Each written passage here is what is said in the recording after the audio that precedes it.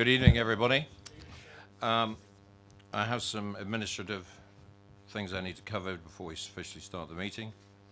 Fire evacuation procedures for evening meetings. There are no fire alarms scheduled for this evening, therefore, if the fire alarm sounds, please evacuate the building immediately. The fire exit is located at the rear of this room. Go down the stairs and meet in the War Memorial Park. Webcast of meetings. Please note that this meeting is being webcast live on the internet. The webcast will also be published on YouTube after this meeting, and it's up and running. Please can all members and public switch their phones off or to silent. Thank you. It's 6:30 and I shall commence the meeting of the Development Control Committee. For the benefit of the members of the public attending, I would like to explain who everybody is around this table. My name is Councillor Paul Miller, and I'm the chairman of the committee. Down the sides of the table to my left and right are councillors who sit on this committee and who will be making the decisions on the applications this evening. Immediately to my left and right are officers who will be advising councillors. In addition, I would like to explain that the Development Control Committee is a regulatory committee and not a political meeting. The committee will be examining the evidence brought before us tonight and will make decisions based on planning reasons. We are guided by national and local planning, policy and guidance. May I ask that all speakers, including visiting members, to speak clearly and to return to their seats once their presentation is complete and following any questions by members. No further dialogue between members of the committee and speakers will be permitted once questioning has finished. May I ask that all committee members to avoid repetition and to keep any comments on each planning item to a maximum of 4 minutes, and we time each speaker. I understand that planning can be emotive and ask that everyone remains polite and professional throughout this evening. Move to the agenda.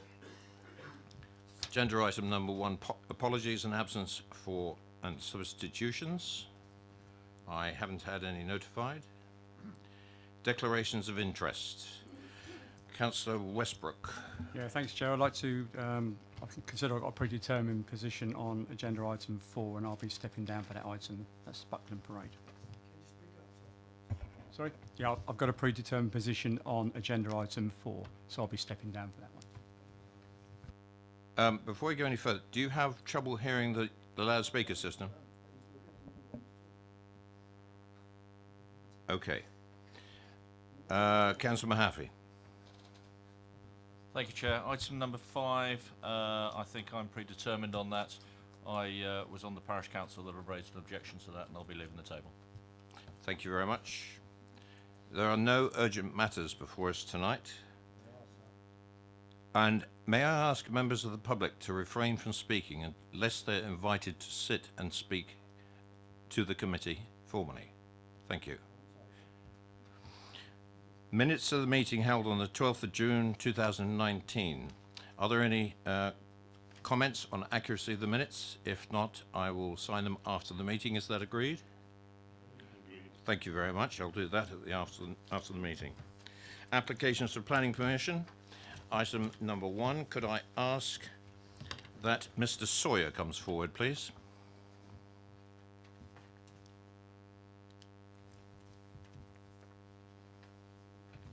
Please take a seat. The officer will introduce the application and then you'll have an opportunity to speak. Officers? Thank you, Chairman. The first item before you this evening is the site of land south of Manor Farm, Blosswood Lane, Whitchurch. This is a reserved matters application following the grant of outline planning permission back in June last year. If I just bring members' attention to the update paper. This contains further comments that have been received to the application from Whitchurch Town Council and the Hampshire Countryside Access Officer. Further comments from the applicant's agent in relation to the application itself and the report, and a further confirmation of a query raised by a member to the housing consultation response that is reported within the agenda. I additionally have a verbal update where today I have received a further comment from the Conservation Officer who wishes to state that they confirm that they have nothing to add to their previous comments and that the proposals are still considered to be harmful to the significance of the adjacent Grade 2 listed granary. And those are updated comments to the report before you. So the application, as I indicated, is reserved matters, and it is seeking the final details relating to landscaping layout scale for the erection of 90 dwellings. And I've got nothing further to add. Thank you. Thank you very much. Mr. Sawyer, you have 4 minutes. Microphone switch is at the bottom of the microphone on the base there. That's it. Is that okay? Okay. Yes, thank you very much. I'm one of at least 22 objectors who reside in the first phase of development known as Owsler Park in Whitchurch. The remainder of the objectors have very similar objections to myself, so what I'm saying is broadly representing their views. I'm objecting against the use of using Richard Adams Way as the primary access for the proposed new development. The original plan was to use the land adjacent to Manor Farm, which consists of a number of redundant farm buildings, and that was going to be the primary access to this development. Using Manor Farm would be far less disruptive and dangerous to the residents of Owsler Park, which consists of a number, again, and cause minimum disruption as well. We were already notified, the residents of Owsler Park, of any applications to use Richard Adams Way as the access road when we received a letter dated 22nd of January from Basingstoke and Dean. Prior to that, we had no knowledge this was going to be the access road. When we sold the houses in Owsler Park, we were assured by the builder that Richard Adams Way would not be the access road, and the two developments, the new development and Owsler Park, would not be joined. This obviously is a material change to the planning, I believe, as well, because the initial planning was to not use Richard Adams Way as the access road. 85% of the residents now of Owsler Park are very young families with very young children. My own family, I have a son and a daughter with their young children on the development. They're all suffering respiratory issues because of the dust and the mess created by the building that's been going on for 2 years. So the continual noise and disruption has not only caused health and safety issues locally, but it's also causing problems to the existing housing, which is cracking internally and externally. So we have issues really caused by the traffic that's being used. Richard Adams Way is still part of the current building site. And in fact, the entrance to Richard Adams Way still has manholes and drain covers that are 2 inches above the ground level and have been like that for at least 3 months. So we know the hazard of living on a building site, and it's still going on now, even though the end of the first phase is actually occurring. If Richard Adams Way is used as main construction road, that more than doubles the size of the development from the original 83 houses to 173. So it's a significant increase, and obviously will give us another 2 years of disruption. You know, for those families who've also already gone through 2 years of disruption already. So what I'd like to do is propose that the council reconsider the access road and consider using Manor Farm as the main access road through, and maybe use Richard Adams Way maybe for emergency access, but it certainly shouldn't be used for the construction phase, and shouldn't be used, in our opinion, of the objectors for the main access road to the development. So what I'd like to do is ask you to revisit that decision and maybe consult with the local residents who are now in place, because all 83 houses are now occupied. But none of those residents were actually consulted before we actually were informed earlier on this year. Thank you. Thank you very much. If you could switch your microphone off, please. Members, any questions for the speaker? Councillor Harvey? Thank you, Chair. Just to help me in terms of the information from what you've said, you mentioned traffic accessing the road. Could you just clarify what you mean by that on the basis of, do you mean construction traffic? Do you mean residential cars? What is the traffic that you're referring to that is going up and down the road? And you refer to it creating dust. So is it construction traffic in that context? So at the moment, the site is not developed, the second site, so it's only construction traffic. But the plan, I think, is to use that Richard Adams Way for construction for the next 2 years, you know, which would just be very disruptive. Any more questions? No? Mr. Sawyer, thank you very much. Mr. Neem and Mr. Wild, please.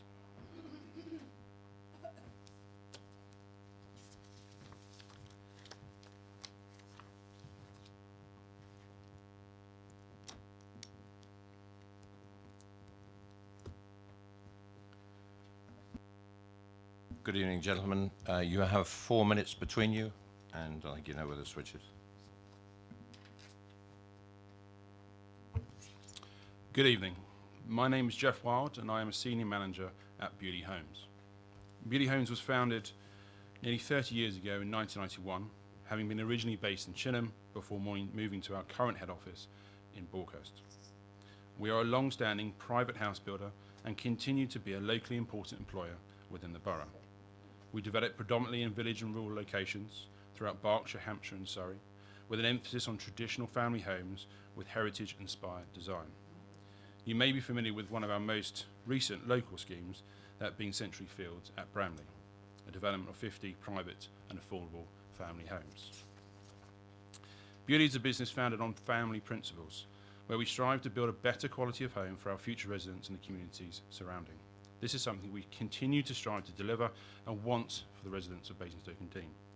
We've always achieved this through extensive engagement with planning and urban design officers, the carefully considered design of our properties, including the quality of materials we use, and the care we take with the creation of street scenes and their future living environments.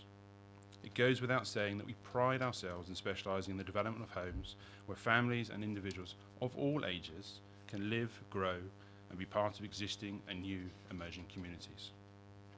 2 of our proposals are in front of you today, and I take pleasure in handing over to our planning consultant, David Neem, to present the first 2.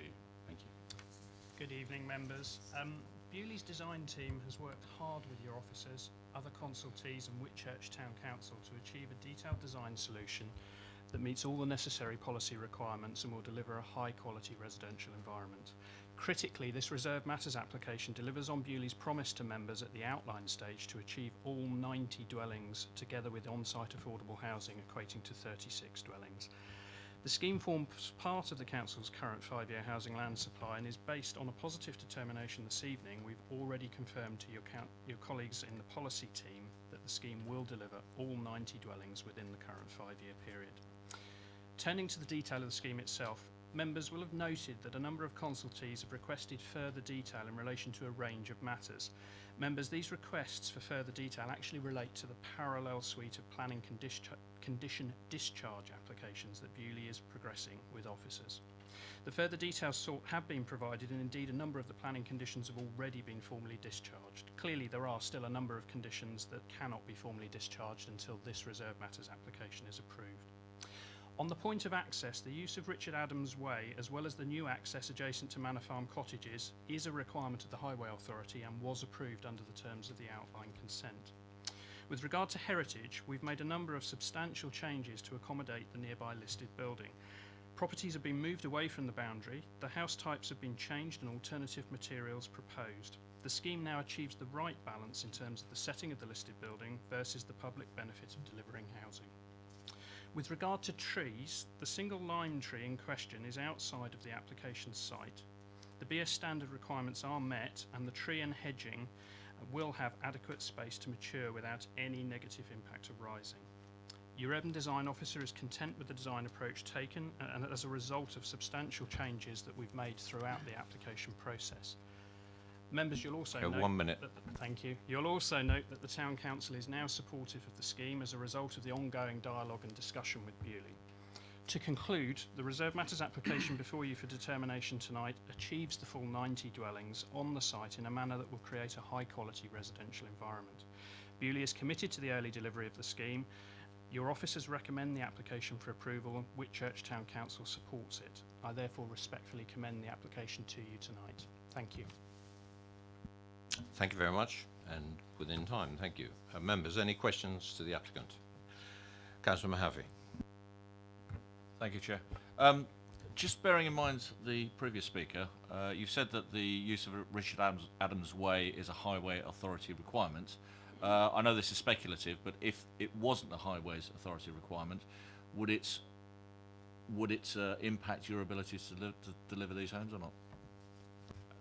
You're right. I guess it is a speculative point, but firstly, in terms of the Highway Authority requirement, it was a requirement that was dealt with through the detailed point of access at the outline stage. So it was consented prior to this Reserved Matters detailed application coming before you.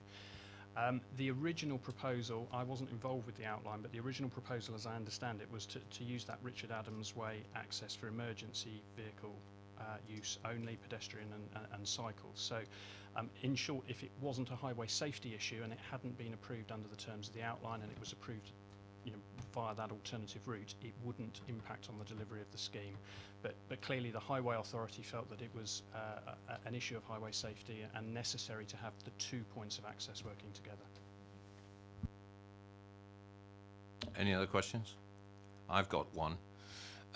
Going on the same line that Councillor Mahaffey just brought up, the Manor Farm entrance, because I remember viewing this site very well indeed. As far as the construction traffic for this particular phase is concerned, would the, well, I'll ask you the question. Where is the access for the construction traffic for the next phase? It will be through Manor Farm. Thank you very much. Any more questions? Councillor Harvey? In terms of the waste vehicles accessing the site, why is it that our joint waste team has informed us that there will be, in terms of the spine road and the use of the spine road and the way that it's described, that it cannot have a turning circle? That's on the basis of it. The information we've got in front of us in terms of the storage and the waste collection recycling, page 67. So I'm just inquiring as to why you haven't provided for that as a part of this application, and I'll follow that up with our other officers when we get to that stage. I'm interested to hear your explanation of that as part of your proposals.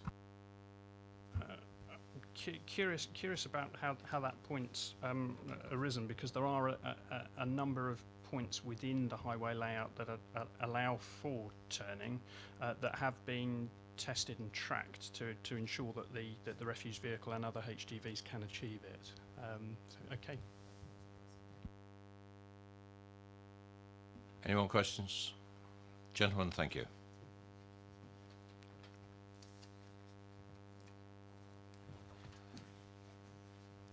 No other speakers. Questions to officers? Councillor Harvey. In terms of the proposals for construction traffic, is the construction, I was looking for the construction management plan in any way, shape or form conditioned on it, or would that be something we would consider conditioning given the concerns that have been raised by residents? I can confirm that was conditioned at the outline stage. So we have received some details to that, which was indicating the construction access going along Manor Lane, as indicated by the speakers, with the construction compound, etc., to the north of the site. Any more questions? No? Debate? Councillor Harvey.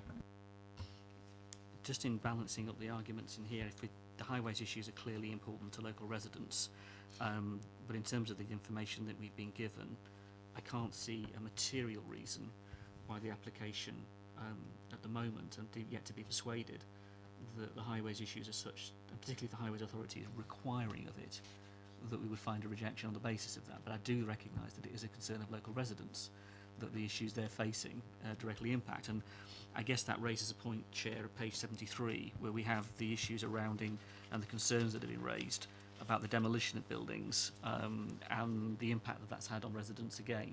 So we have a situation where a developer has taken action on site before our pre-commencement conditions that has obviously created concern amongst the residents of the community, and we should point that out. It's in our report. It's a clear matter for information, at least for our consideration, but I'm disappointed in that. I'm very disappointed in that from a developer of this particular kind. But in terms of the highways issues at the moment, and I'd appreciate others' thoughts coming to a conclusion on this, I don't particularly see a reason how we could reject the application based on the concerns that have been raised. Thank you. Anyone else? Councillor Westbrook. Yeah, thanks, Chairman. I've got concerns about the significant tree within the report, and I'm in agreement with what the tree officer states, that given the policy, it strikes him that the lime tree needs to be given appropriate space to thrive and survive and not be left in a situation where new occupants will immediately seek to prune or even remove the lime tree. I understand from what we've just heard that it's outside of the boundary, but I believe it's very, very close to the boundary with a big overhang. Our landscape SPD says that trees should shape development proposals and be considered as part of the planning process and ensure that many environmental benefits of trees are recognised And with obviously with the government and more councils declaring a climate change emergency, this couldn't be more true. The NPPF also recognises at point 175C that development resulting in a loss of deterioration of irreplaceable habitats such as ancient or veteran trees should be refused. But I'm not suggesting we refuse this application, but these reserve matters do give us the opportunity to tweak the finer details. And with the developer having already moved some way towards mitigating the issues raised, they could and should, in my opinion, move it a little bit extra. The biodiversity team and the tree officer both refer to this site as containing a high degree of ash trees, which are presently suffering from ash dieback. And the experts agree that this important lime tree is a category A tree, giving it the highest importance. And as it's a standout, and it's also a standout tree on this development, albeit on the edge of it. This tree has already achieved a canopy spread of almost 20 metres, and it could survive another 200 years. Lime trees are renowned for being an attraction to insects, judging by the observations of many of the objectors. Bats, birds, and in particular swifts are looking to be catered for in this report, and this tree plays an important part in that. This council only adopted its new landscape biodiversity in trees SPD just before Christmas, and one of the principles is that adequate space shall be given to retain trees, woodlands and hedgerows to allow for their retention and future growth without conflicting with the design and purpose of the development itself. Policy 6.23 says retaining existing trees must be sustainable, integrated into proposed development, and they must be given sufficient space to develop a future canopy growth. And I believe this tree can rely on both the NPPF and the SPD policy, in that for larger developments the layout should be designed in such a way that we ensure that large growing trees such as this important lime tree are located and integrated into an area of publicly accessible open space for their continued protection. Obviously you can understand, I think it's quite an important tree, and that's the point I wanted to make, Chair. Thank you, Councillor Westbrook. I've just had a word with officers. I'm going to ask Catherine to just pick up your point, and there's a mention of it in the report. Thank you, Chairman. The tree under concern that members may be able to pick out towards the sort of centre, towards the top of the drawing, you can see sort of there we go, just there. That is the tree in question, which underneath it there is some open space adjacent to some parking. The tree does sit very close to the boundary, but it is actually within the curtilage of the neighbouring property. There has been quite a lot of consultation with the arboricultural officer about trying to provide some space to this tree and also to hedgerows on the site, and amended plans that have been provided that have provided more relief to that tree, but obviously not going as far enough as the arboricultural officer would like. So therefore there is a balancing exercise to be drawn, which is set out within your report, page 61, 62, and looking at the relationship in particular of that tree to the new built form, we've also added a couple of further conditions to the reserved matters. Now they look at removing permitted development rights to the nearest plots, plots 70 and 71, so we've got that further control about extensions, alterations and outbuildings that could otherwise be placed within the garden, underneath the canopy, that could otherwise cause future damage. Adjacent to the tree, or just slightly northwest of it, there's also a parking area. There is also a further condition proposed which actually seeks to provide some sort of structures around the parking area to stop ad hoc parking, for instance, straying into that and then causing further damage to that tree or its root spread. So we've sort of gone as far as we can. Ideally, yes, it would be nice, but we have to take that balancing exercise against all the other material considerations that we have before us this evening. Thank you for that. Councillor Bound. Could you point out plots 71 and 72 just for my, because I can't see that plan at all.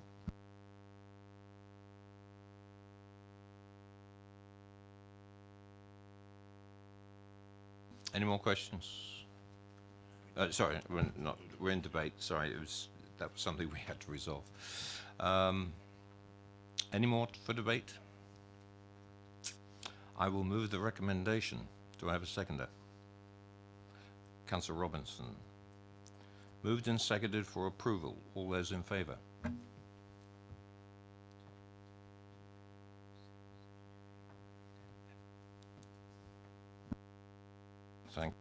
As approved, officers.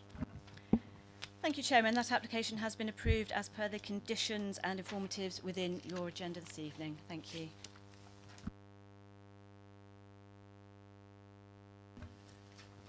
Move on to item number 2, land at Park Farm, Station Road, Oakley. And may I ask Mr. Hewitt and Mr. Beeling to come forward, please?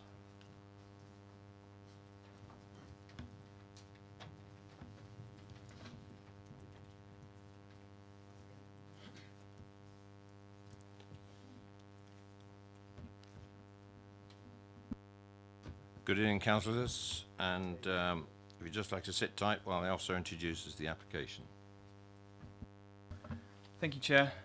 Item number 2, which can be found on page 84 of tonight's agenda, is a Phase 2 Reserve Matters application for the details of the appearance, landscape, layout and scale of 48 dwellings and the provision of allotments, associated internal roads, parking, landscaping, open space, play area and footpath pursuant to outline application 17028740 OUT at Park Farm Station Road in Oakley. I'd like to bring members' attention to the update paper. As a point of clarification, under item number 2, the recommendation should read as approval. There's a typo in the update paper there. Further comments have also been added within the update paper from Oakley and Dean Parish Council, which were received on the 7th of June. These should have been reported in the officer's report, but they've now been presented for you in the update paper. In addition to this, in reviewing the officer's report, some typographical errors have been corrected for condition 1 relating to the plans. And the condition should read as per the update paper. In continued discussions with the applicant, there's also been amendments to condition 3, which should read: the development hereby permitted shall not be occupied or brought into use until a technical report demonstrating that all of the dwellings will achieve the water efficiency standards of 110 litres of water per person per day. Shall be submitted and approved by the local authority, and the development shall be carried out in accordance with this. Condition 4 should read as per the update paper. There's also a letter of additional objection, which has been summarised in the update paper for you. Following the officer's comments on that are presented below. And finally, in response to the waste officer comments, a tracking plan had been submitted by the applicants, which demonstrates the ability for the refuse vehicles to access and manoeuvre within the development site. The application is recommended for approval as per the officer's report in tonight's agenda. Thank you. Thank you very much. And just for the record, I'll expand on this, what's in the update paper. There has been an error in generating the update paper. All the recommendations that say granted should read approval. That is noted. That's going to be corrected in the final versions. Gentlemen, you have 4 minutes. Evening, Chair. Good evening, Councillors. Lance Beeling, Oakley and Dean Parish Planning. Whilst members accept that this is a Reserve Matters application and overall planning permission has previously been granted, the Parish Council is still deeply concerned about a number of issues. Some are minor and can hopefully be resolved with the developer will agree to meet us and discuss this. Others are more fundamental and those who would like to bring to the committee's attention. The major issues include lack of appropriate housing for downsizing from older residents. Waite's original plans show bungalows that these have been removed by the new developer and replaced with one-bedroom flats. Policy EM10 of the local plan states that development should promote the efficient use of land and achieve appropriate housing densities, of which to take into account the rural location of the site. One-bed flats do not achieve that, although there's down to 4 now on the approved plan. If the reason the developer has removed larger detached bungalows from the plans is because they are less revenue generating, then would they consider terrace or semi-detached bungalows instead? The neighbourhood plan showed a strong interest in such properties, especially in this specific area. Lack of footway and bridge over the railway, which has been included in our previous objections, has not been addressed. The members are naturally very concerned about the safety of residents and having to walk along Station Road to access public transport and other amenities. It is not deemed safe for the parish litter warden to collect litter along the Station Road. How can it be acceptable for residents to walk along this road? This road is national speed limit 16, no footpath, and the bridge was originally a cart track. and it's now been tarmacked, but I don't know what the load bearing of this is, this network rails problem. The design of the houses has changed significantly from the outline of the parish council discussed with Waits. The houses are very close together and do not reflect the styles of the neighbouring properties. And the inclusion of some of the styles of the Juliet balcony overlooking the main road is totally out of place. Roof pitches are very high and will easily be converted to 3-storey buildings. Both the neighbourhood plan and village design statements specifically refer to not exceeding 2 storeys, so conditions must be attached that no roof or garage conversion can be made for at least 25 years. We understand the emergency access via Arran Close has been removed, and we are grateful for this. But in the terms of highways, we do question how the site will be accessed by the very large vehicles required, as I stated earlier about the weight limit on that bridge. It is not possible to come out of Station Road using the tight angles from the Rectory Road junction, and the bridge in Station Road coming from Andover Road is very old, and again the angles of turning are very tight. Despite assurances from both Waits and Bewley Homes that the Alder properties will be a 10-year blind, this does not appear to be the case, as the shared tenure is, and rented housing is in blocks. I'll hand you over to my Ursula colleague here to finish off. You've got 3/4 of a minute. I'd just like to add this. This planning application forms part of the agreed development outlined in the neighbourhood plan, and as such the parish council do not have any objection in principle. This doesn't mean that the parish council planning committee are happy to give carte blanche to a development that is not suitable or appropriate for the setting nor for the village as a whole. As chairman of that planning committee, I am in contact with the Minister of State for Housing and Planning to voice concerns about the lack of positive thinking when it comes to local planning decisions. We have a high percentage of older residents, and as such there is a need for properties for them to downsize, but this doesn't appear to be reflected in the types of properties being proposed in this application. Can I ask you to wind up, please? Oakley and Dean understand our responsibilities to take a fair proportion of the new development required in the borough, but feel that more weight should be given to the provision of homes to enable existing residents to stay in the area they've lived in for many years and remain close to their friends. Thank you.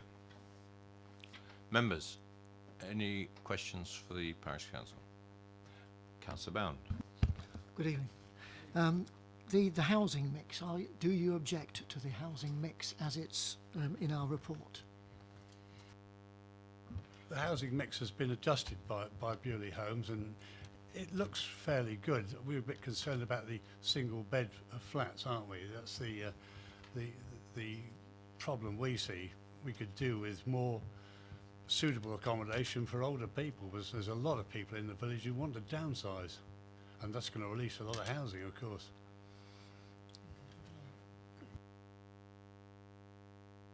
Any more questions? Nope, because that's the one I was going to ask anyway. Thank you very much, gentlemen.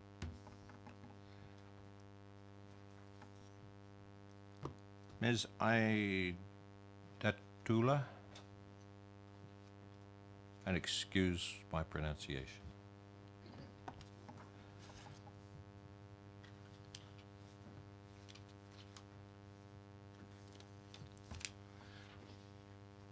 Good evening, and the microphone button is just at the bottom there on the silver bottom. You have 4 minutes.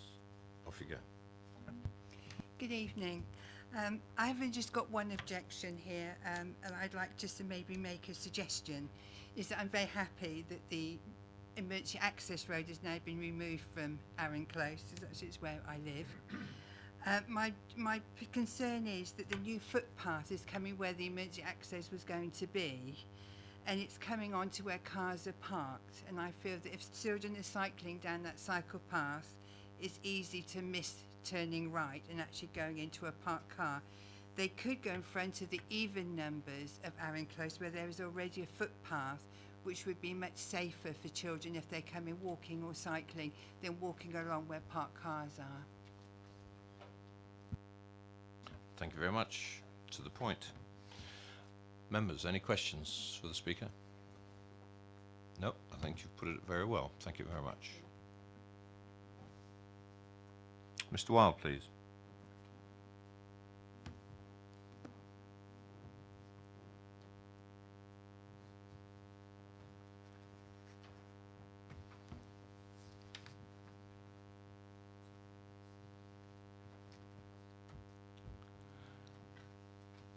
As before, you have 4 minutes.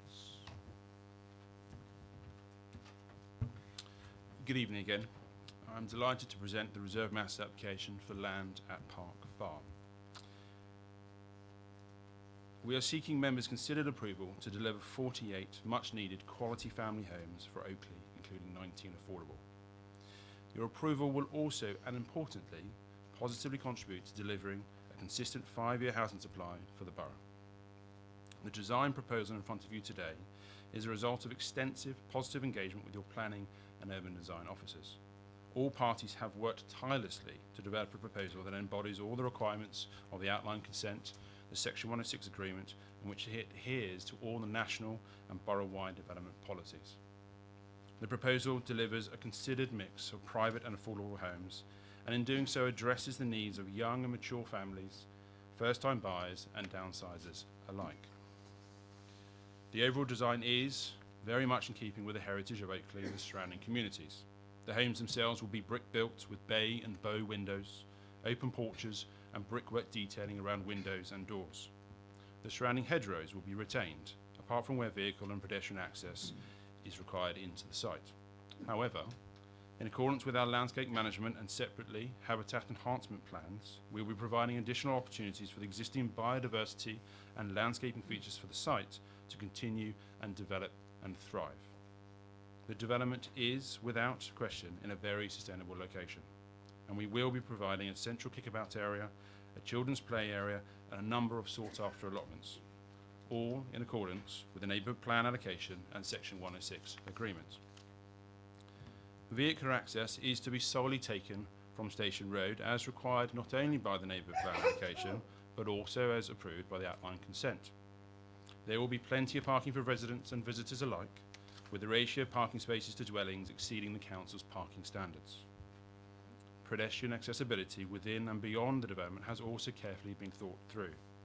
In response to residents' concerns relating to the proposed emergency access onto Arran Close, that being a requirement of the outline consent, we have agreed with both the Highways Authority and planning officers that this link can be reverted to a pedestrian and cycle connection only.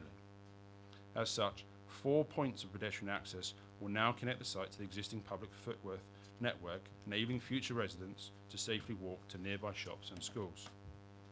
We are also aware the Parish Council and local residents would like to see the railway bridge on Station Road widened and a new footbridge erected. Members will be aware that these were neither included in the site's allocation within the neighbourhood plan, nor a requirement of the outline consent, which itself was audited by the Highways Authority. The outline consent approved matters relating to access only, and the Section 106 agreement further secured a schedule of financial contributions and obligations relating to the site.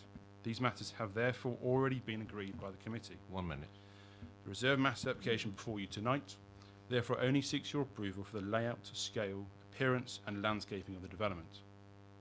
Through the signed Section 106 agreement, we are contributing to, in the order of £350,000 towards Oakley's infant and junior schools, Oakley Park Cricket Club and the upkeep of the adjacent footpath network. None of the statutory quantities have raised any objections to the scheme, and we have diligently reacted to comments received from your officers. As a result, a substantial package of amendments have been submitted and the master plan itself has been revised several times. The application before you is one which has been proactively assessed by your officers, taking account of all key policy and design considerations and local interests. We are delighted that your officers have recommended to you that planning permission should be granted. We therefore respectfully request that you resolve to support their recommendation. Thank you. Thank you very much. Members, questions? Councillor Bound. Thank you. Good evening. Hi. In the report page,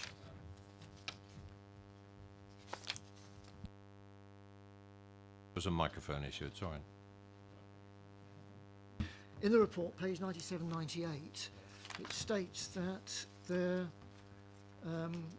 10 of the garages are too small to be used as garages, and then that some of the parking areas are below the required parking space. Are you not building in problems with parking in this development? No. We are providing 102 spaces, which the council requirement, I believe, is around 89. garages are not counted as those spaces, and with surface parking at 5.2 by 2.7, which is the council policy requirement, which is compliance to our scheme, we are compliant and actually over-providing at the present time. So why do you build garages that can't be used as garages? They're designed at 3 by 6 internally. That size for many boroughs is actually compliant in terms of usage. To enable the development to be designed in such a way that the office is required, we took a decision that the requirement for the garage sizes that currently exist within the borough, we would not do that, and therefore not count it accordingly. But rest assured, at 3 by 6, it is a sufficient size for a car.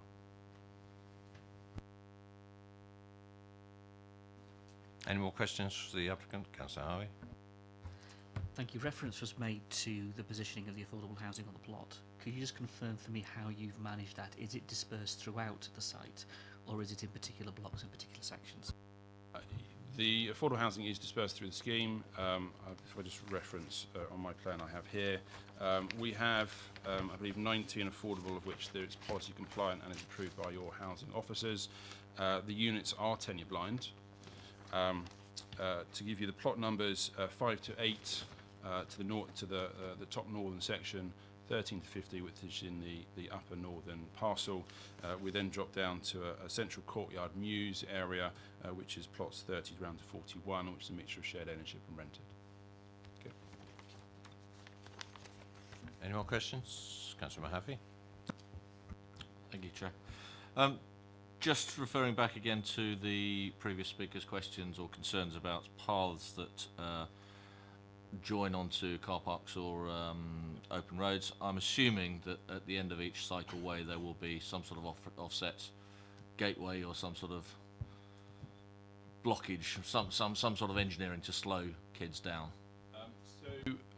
As part of the outline consent, which I think is condition 25, possibly 26, we have to provide a number of pedestrian accesses from the site onto the existing footpath, which is directly to the eastern boundary.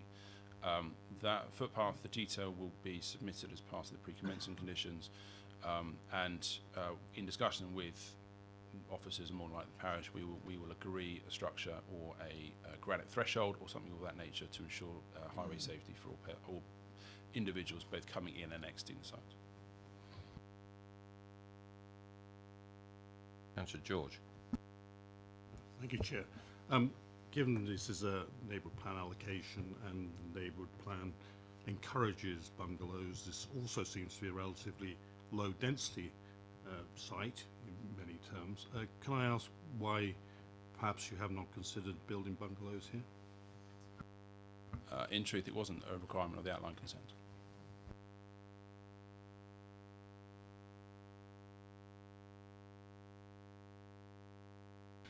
I've got one. In my own ward, we've got a development that's coming to completion, and I drop in now and again. Obviously, I'm interested in my own ward and how the developments are going. They can't get rid of 1 bedrooms. All the 2 bedrooms are gone. They sell like hotcakes. But I'm surprised, and I think this is a perpetual thing we see coming before this committee, a lot of 1 bedrooms. But in the market today, 1 bedrooms seem very difficult to move, especially if you're not connected into a regular communications. I mean, good roads or a rail station or buses. I know you've only got 4 in your scheme, but and it's your marketing. I don't know how you're going to do it, but I just pass that on for information. And I've gone back 4 times to this particular development. Very nice, but they still cannot move 1-bedroom flats. Maybe you have a comment? The 1-bedroom flats are actually for your affordable housing provision, and it's been requested by your affordable housing officer, and therefore won't be in market housing. Fine, thanks very much. Anything else? Thank you. Thank you.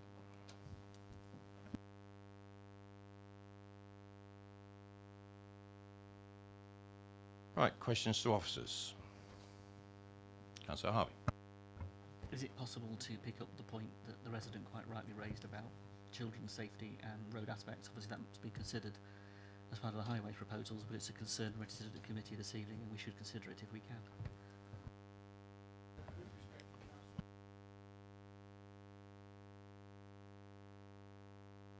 And I think this is the trouble with these microphones, that you have to actually directly speak to them. Yeah, exactly.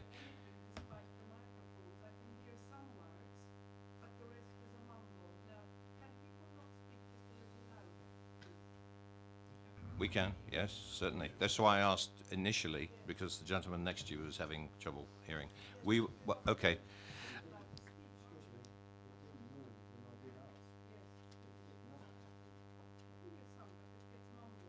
Okay, can I ask members to bring the microphones a little closer and speak directly at the microphone, please? Thank you. Yes, please. Thank you, Chair. Can I raise the issue that was raised with us by the resident in regard to the children's safety and the road aspects? Of course, they've been considered by our highways officers, but can we pick up on the point specifically raised at the committee this evening and how we might be able, if possible, to address that or not? Thank you, Councillor. So the applicant had raised, there was a condition on the outline application to secure details of materials to be used on the accesses from the site. That would be something that will be consulted with our highway officers at that stage when such conditions come in to be discharged. In terms of, I suppose, the slight rationale for the placement of the pedestrian access, there's a TPO tree on the eastern boundary there, and the placement of that has been placed there to avoid impaction onto that protected tree. So that provides some rationale for it, but there's a discharge of conditions to come in which secure details of materials for those footpaths. Can I reinforce that Councillor Mahaffey's question, I think, is relevant in this particular case about the engineering and, I think we call it furniture, that's going to appear at the end of that pathway that's accessible as a cycleway. I think we've all got it in our own wards. What it does, it prevents you as a cyclist entering any part of a highway without slowing down and taking due caution to enter that particular highway. I hope that's all sort of tied up here in Councillor Mahaffey's question and the response that he got. That's correct. Such details would be a matter for the discharge of conditions application, and it would be a consultation with Hampshire Highways as our highway authority. I'll ask a further question. Can we get that annotated on the condition? Would that be appropriate?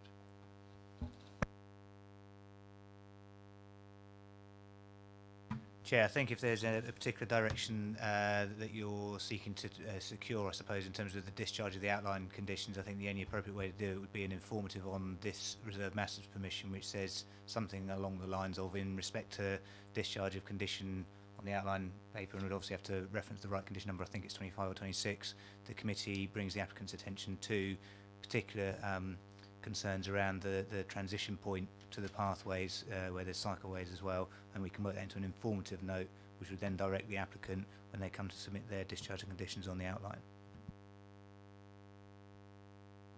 Fine, if that's the best that we can do. I think it's the feeling of the committee. We need to put something in the conditions to reflect our feelings on this particular point, because I think we're all very conscious of trying to do as much as we can to enhance, especially children's safety, when they're interfacing with the highway, especially with the traffic the way it is these days. Thank you. Any more questions to officers? Debate. Councillor Bowen. Thank you, Chair. I hope you can hear me.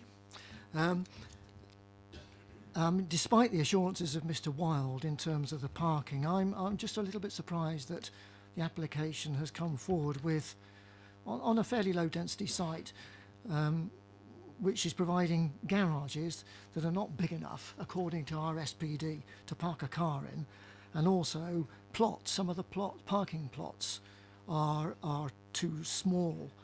According to the measurements down here, it should be 2.7 by 5.2, and some of them are not. They're 2.5 by 5. And on a new development, I personally feel that we're building in parking problems.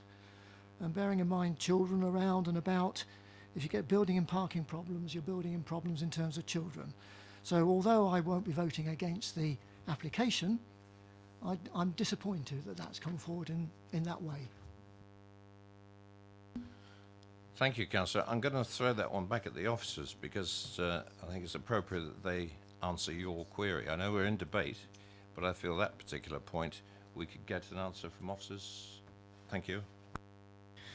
Thank you, Chair. That point raised in the officer's report was regarding some of the indicative parking spaces provided on the plans were marginally below the requirements. The actual space for the parking, there is sufficient space to accord with the parking standards. It's just what was indicated on the plans as parking spaces was slightly below what the parking SPD requires. In terms of the quantum of parking, as has been touched on, the application should provide 89 spaces, and there's 102 spaces being provided, and there is space on the parking sites for the spaces being required. It's just the indicative parking on some of those are slightly below. I'm going to chase this up a little bit. Indicative is, yeah, I think we all understand what that means when we get indicative. We get indicative housing, we get it in layouts. You know, it's something that's not firmed up. But if there's enough space to put in a surplus of parking spaces, why cannot they comply with the SPD? And you know, it's firmed because we have SPDs for a reason, and it's for compliance, because that adheres to the parking standards we require. And as Councillor Bounds said, we're building new developments here. We don't want to build in a problem. We all know that we all have parking issues on all of our developments, wherever we live. Thank you, Chair. So just reiterating that the parking spaces for the dwellings are sufficient to provide the requirements of the parking standards. It's just on the site plan, which I don't think you'll be able to see on the presentation, there are some markings on the plots which indicate where parking will take place. It's those spaces that are, or those drawings which are slightly below the standard, but the actual area for parking is sufficient to the parking SPD. So the SPD will be complied with. Yes. Right. I'd like that. Did you get that, Councillor Bound? We have to be clear when we're speaking to the microphones. I asked the question, would the SPD be complied with? And the answer from the officers was yes. Chair, there's absolutely no doubt about that. That is in relation to the parking spaces. As recorded, the garage spaces on those plots doesn't comply fully with the SPD requirements. But the key issue here is that there is an over-provision. So even if we didn't count the garage spaces at all as providing anything, it would still meet the SPD standards numerically. And that is why the recommendation is for approval on that point. Thank you. Any other comments in debate? Councillor Harvey. Just to welcome the affordable housing provision. I mean, the second application this evening, and then this application again is policy compliant, which is to be welcomed. While I understand the provision of the 4 flats in terms of the 4 one-bedrooms, it is pleasing to see 3 two-beds even, and 6 3-beds, and their houses, and that is very welcome to see. So in terms of the application being presented to us this evening, I very much support it on those grounds. Yes, I have the same feeling as yourself. It's good to see it. It's a good distribution. Any other comments for debate? Thank you very much, Councillor Leeks. And a seconder? Councillor Mahaffey. It's been probably moved and seconded for approval. All those in favour?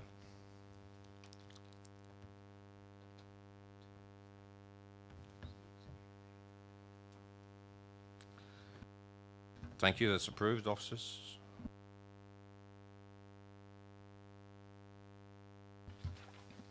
Thank you, Chairman. The application has been approved as per the recommendations and conditions given with the agenda paper, with the inclusion of an informative regarding the pedestrian cycle information to be provided in line with the outline application. Thank you. Thank you very much. Item number 3 has been withdrawn, so we move to item number 4. This is 8 Buckland Parade. And could I ask Mr. and Mrs. Lomas and Mr.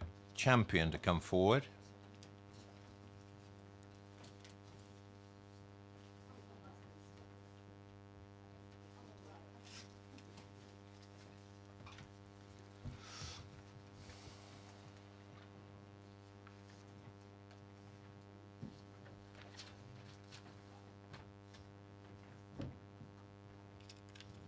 Good evening, gentlemen. If you'd just like to sit tight and the officers will present the application.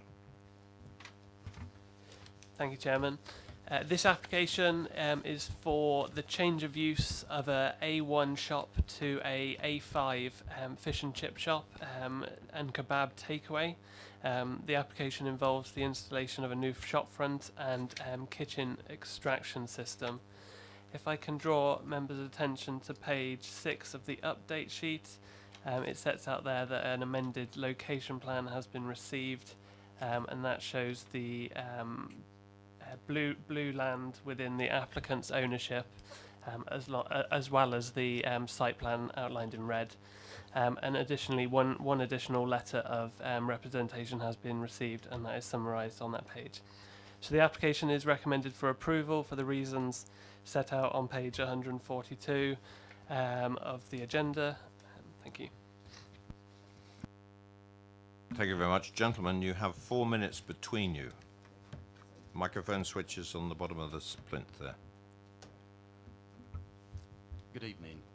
Having spoken to our two neighbours at number 3 and number 5 Buckland Avenue, the two ladies that live alone are in their 80s and 90s. They've asked me to let yourselves know of their objections to this application. The bedrooms of the properties in Buckland Avenue are at the front of the properties and any noise will be heard. There are already 3 fish and chip shops within 1.5 miles of the proposed business.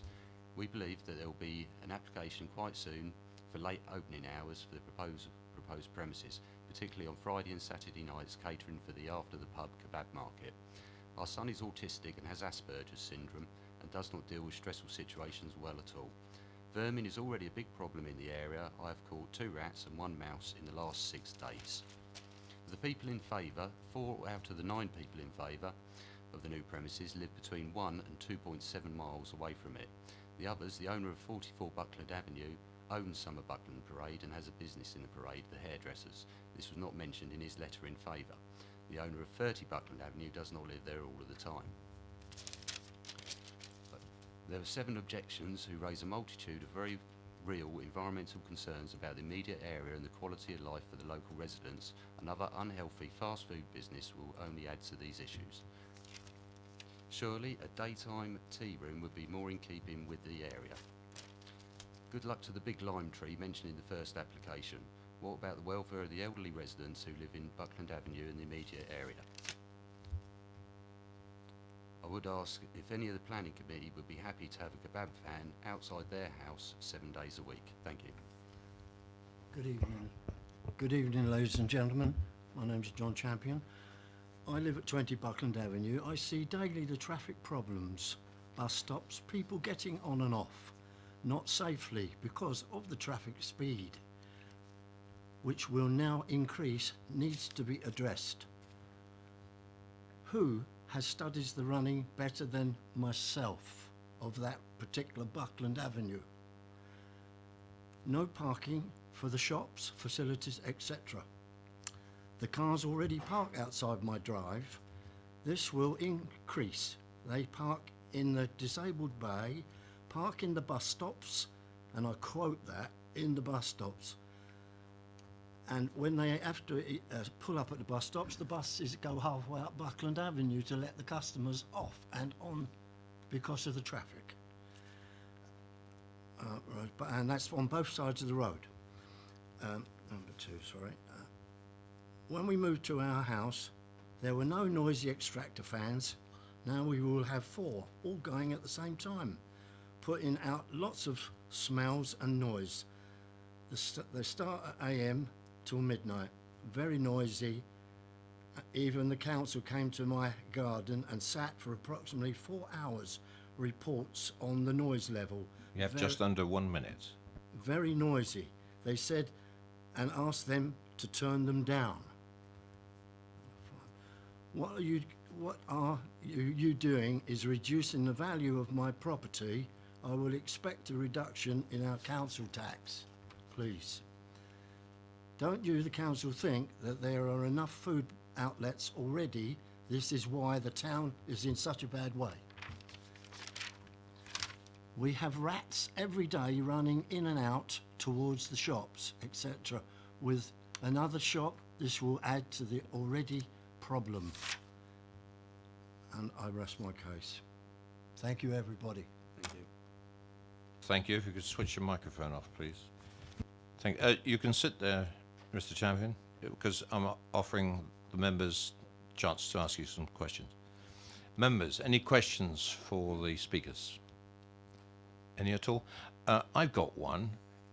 You mentioned that you have rats in the area. Have the environmental team come out to you? Have you reported this into the council? And to have a look at the vermin problem? Could you put your microphone on, please?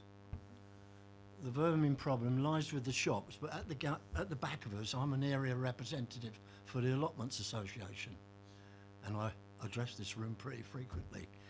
Now, when I've addressed the rat problem, they come out and they put whatever they put around the area, but I've never heard of them putting it along the shop areas.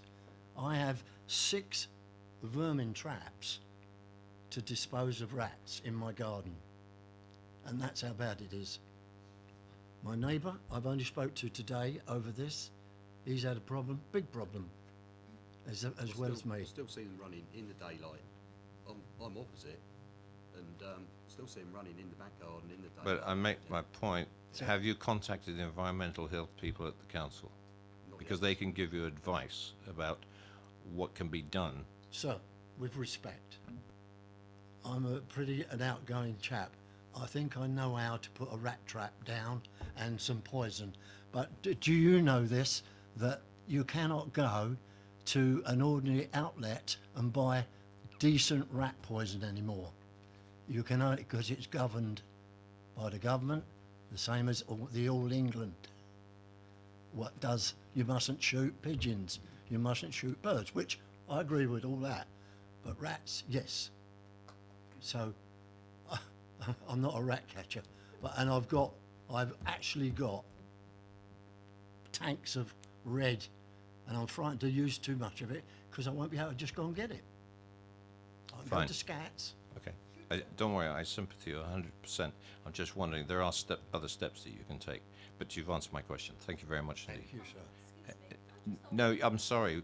We can't enter into a conversation on this. There'll be other questions raised in this particular room about this. Thank you very much, gentlemen. If you switch the microphone off for me. Thank you. Yes, please. Mr. Thomas, please.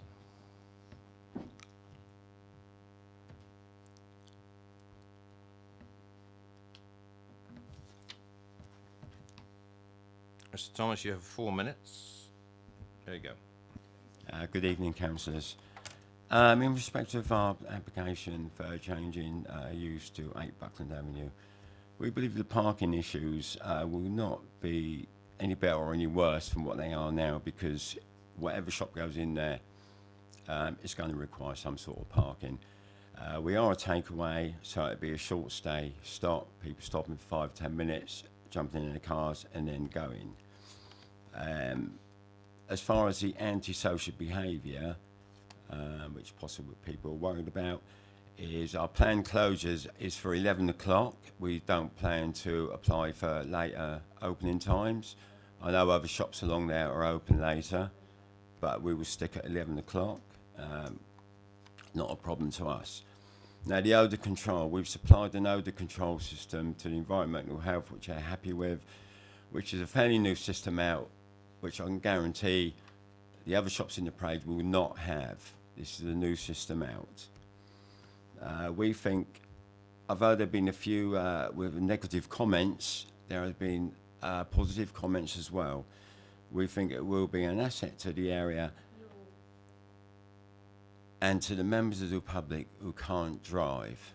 And as just to relay back to the parking. Could I ask the members of the public to be quiet, please, while the speaker is at the microphone? Thank you. In respect to the parking, we have got our own parking for staff. They will not be using parking out on the parade. But what I would like to tell the committee is what I have noticed. I drive past there fairly, not frequently, but sort of once a week, early hours of the morning on my way to work. And there are always 3 or 4 cars parked in the parade. Whether they're the flat owners or local residents are using it for their own personal car parking as well, I'm not entirely sure. Yeah, I think that's more or less what I needed to cover, really. Thank you. Thank you. Could you switch your microphone off, please? Members, any questions to the applicant? Councillor Potter first, and then Councillor Bound. Hello, Mr. Thomas. Just on the parking issue, can I just clarify, because obviously we've been shown a revised site plan tonight in terms of the blue line and obviously a red line, the subject of the application. To clarify, all of the land within the blue line is within your ownership, I believe. Is it your intention that in terms of the staff, and I understand there'll be 3 staff working there, would be able to, if they need, park their vehicles adjacent to the shop in that strip of land that adjoins the shop? Is that the intention? Yes. Our intention, because we've got parking by the side of the shop, and also we have got a parking space directly outside the gates of the drive, if you like. That is a parking space for the shop itself. So yeah, all the people, all the employees can use that for parking. Difficult to see on the scale plans we've got really what we're talking about, but we saw it on the viewing, I know. And I think that just clarifies the point really, that parking vehicles for staff will not add to the provision of parking in the area that we saw, and that was the fundamental point, I think, wasn't it? Thank you. That is my understanding as well. Any other questions, Councillor Bound?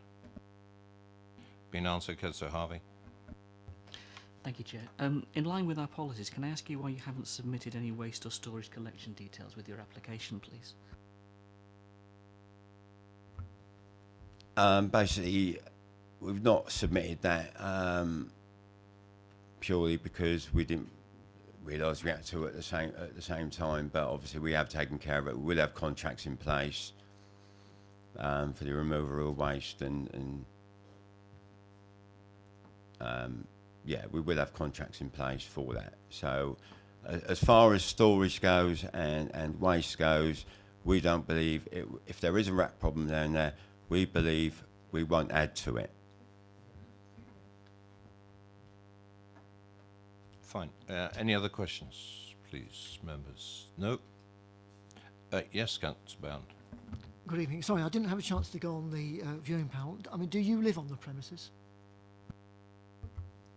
No. Thank you very much. That's it. Councillor Keating. Yes. If you want to come up together, gentlemen, you can. You have 4 minutes between you.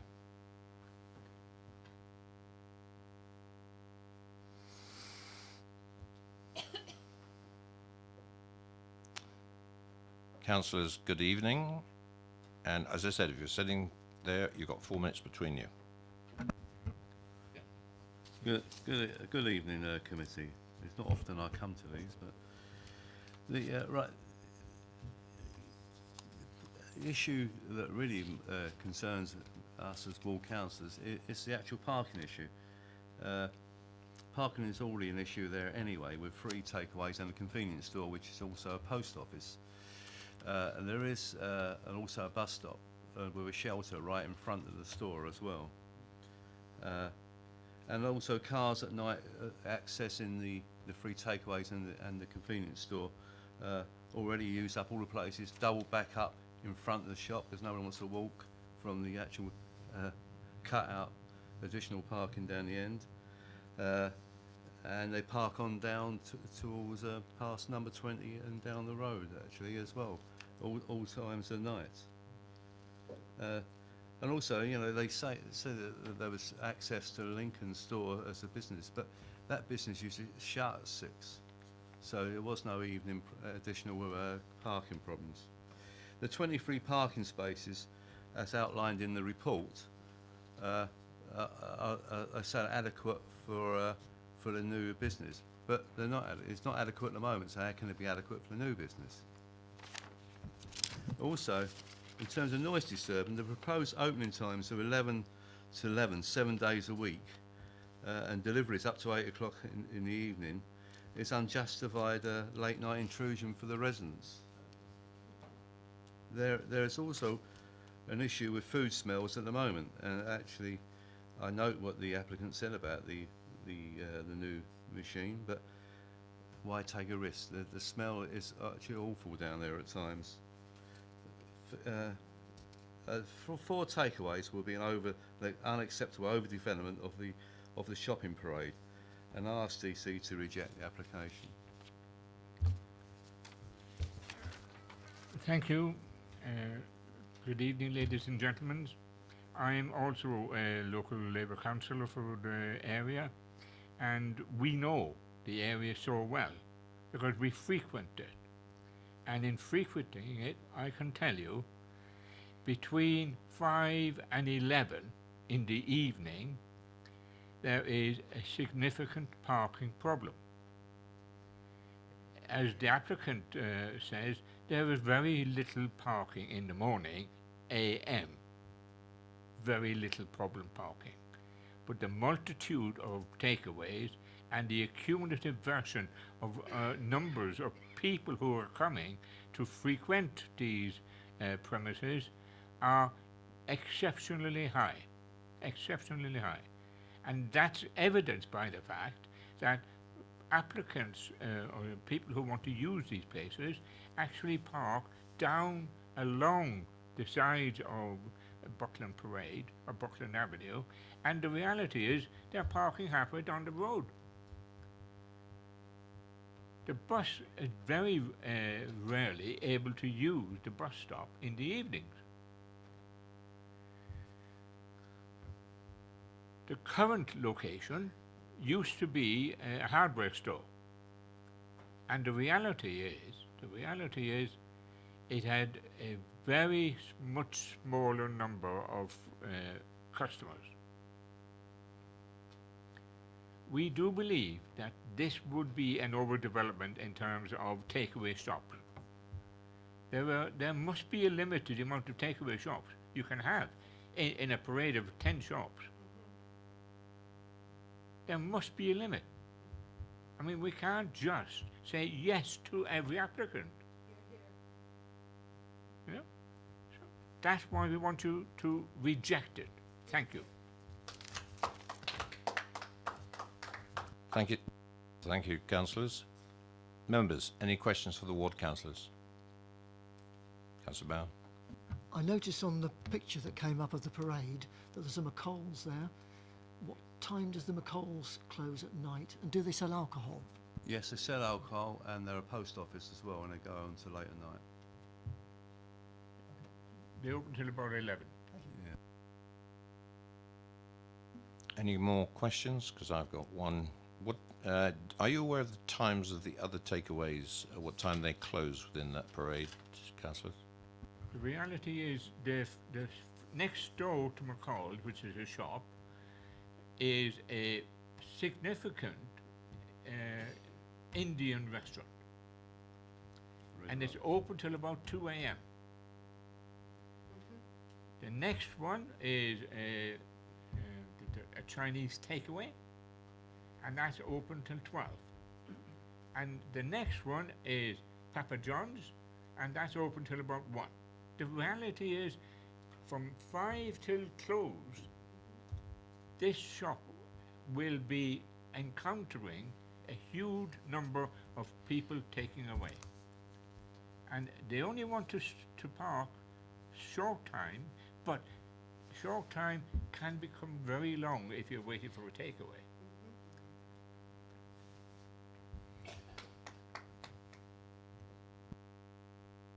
Thank you very much. Any more questions for the ward members?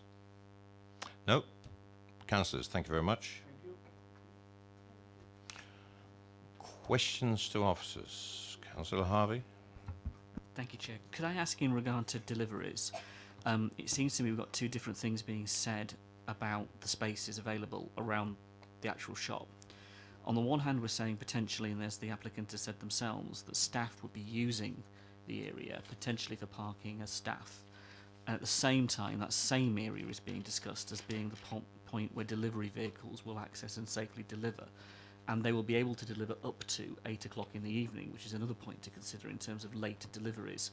And having experienced this with other convenience stores, let alone takeaways, that's a point in of itself. So can I just clarify in terms of what we're saying, and is it conditioned? And I'm looking for it in the conditions, looking at the specific element in terms of deliveries, but where they will deliver and how they will deliver to this particular store, given the traffic implications of that in the site.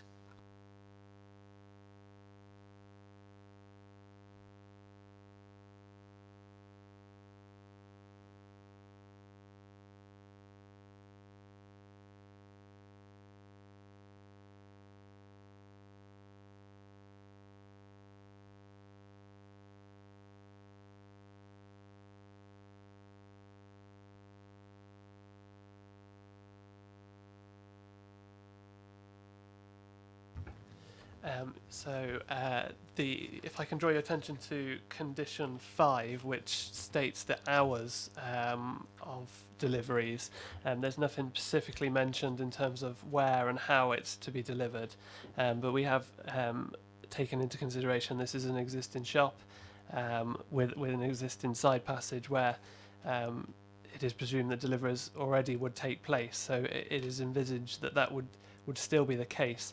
I think it would be down to the applicant to make sure that there's sufficient space for the deliveries to happen, and that might have to consider the cars that are parked there for the staff.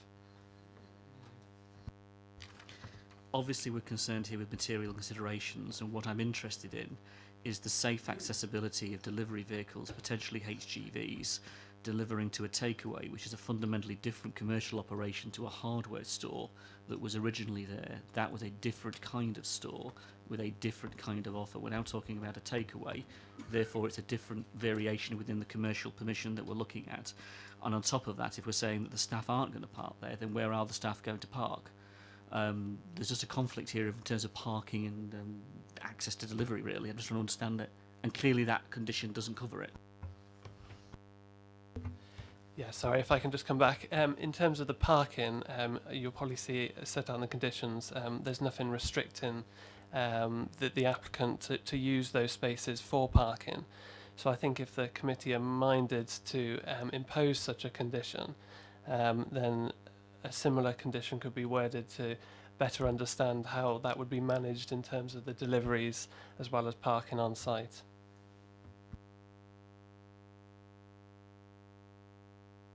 Councillor Potter?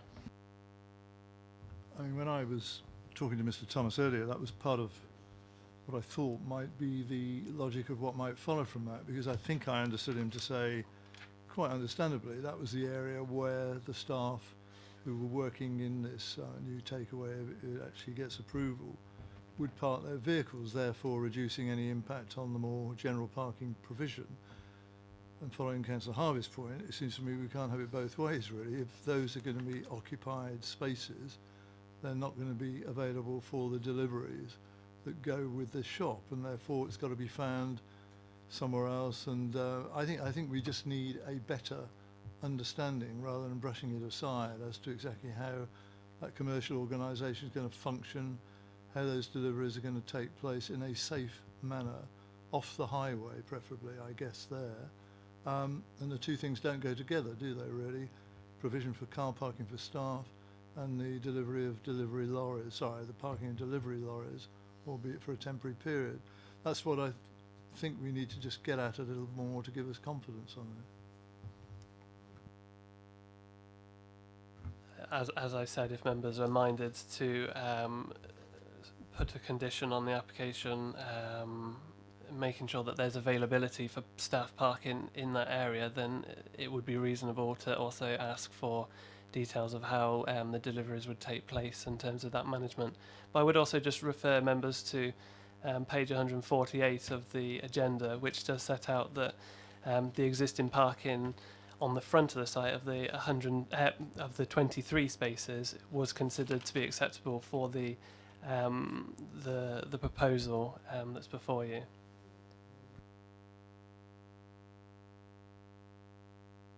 Yeah, I'm sorry, we can't take any input from you. I'm sorry, we cannot take any input from you.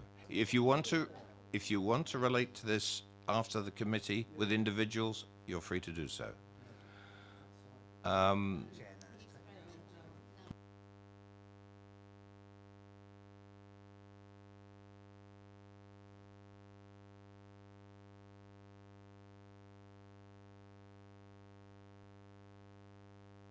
Now, I'm sorry, may I ask you to leave the meeting? Yes. I'm sorry, I'm asking you to leave the meeting.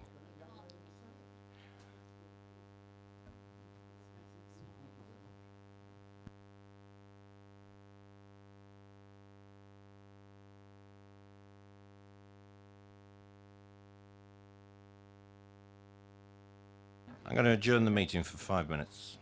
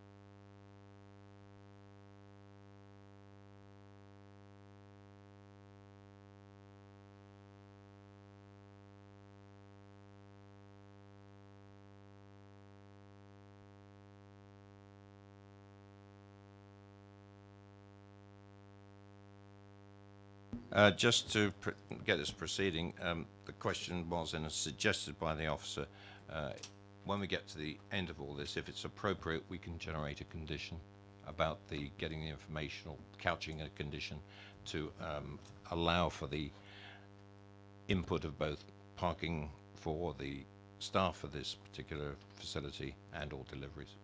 So, yes, we can do that. We've still got questions to officers by the members.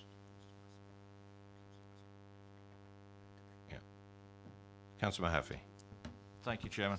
Unfortunately, I wasn't able to make the viewing panel. I'm looking at the map I see in front of me.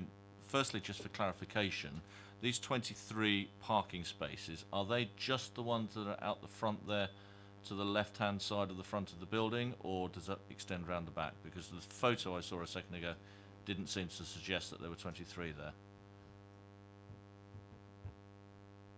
Sorry. Sorry. Yeah, so I think if you look at that map there where it says Buckland Avenue, it's sort of the parking that's along there, and then there's a larger area that's near where, yeah, in that area there.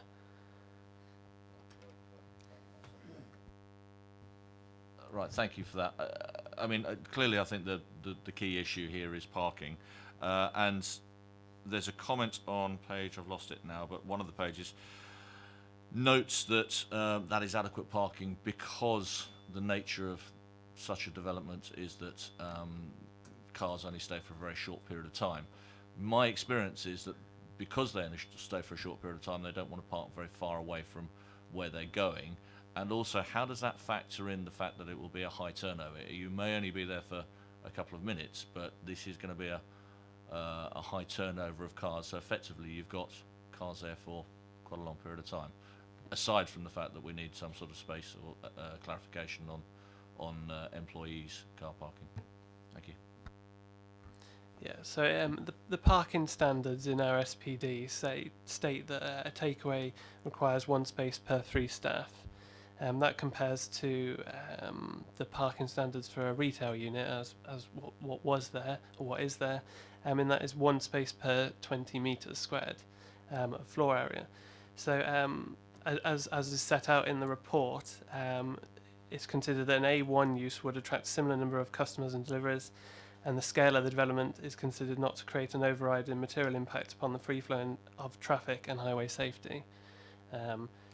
Consideration has been given to sort of the frequency of the visits. I note that there is some level of parking control in that area, but there's no objection on that grounds from a highway perspective. Councillor Harvey. Could I just clarify in terms of the turning, safety and road elements of that junction point? Have the highways team given any commentary regarding that? Because if we look at where the parking area is, we're reversing out into the main road area, we're reversing out onto the junction of Buckland Parade into High Road, you're into the area coming out onto Pack Lane as well. And I'm just conscious that if we're talking about a high turnover of vehicles, I would want to see some security of some information from highway saying quite clearly that if we're reversing in and out, as we do for example on Tesco's on Oak Ridge Road, there are highways issues of vehicles moving in and out of the main highway in quite a high turnover, literally chasing each other in and out of each other's car parking spaces. And in a sense we can't have it both ways. Either they stay for a long time, in which case there's a parking issue because they're there for a long time, or they're not there for a long time, in which case the turnover of vehicles and the highway safety element becomes important. And that's also the same for the actually delivery vehicles. If they're going to deliver up to 8 o'clock in the evening, that begs the question of the interaction between the movement of vehicles in and out of that junction point.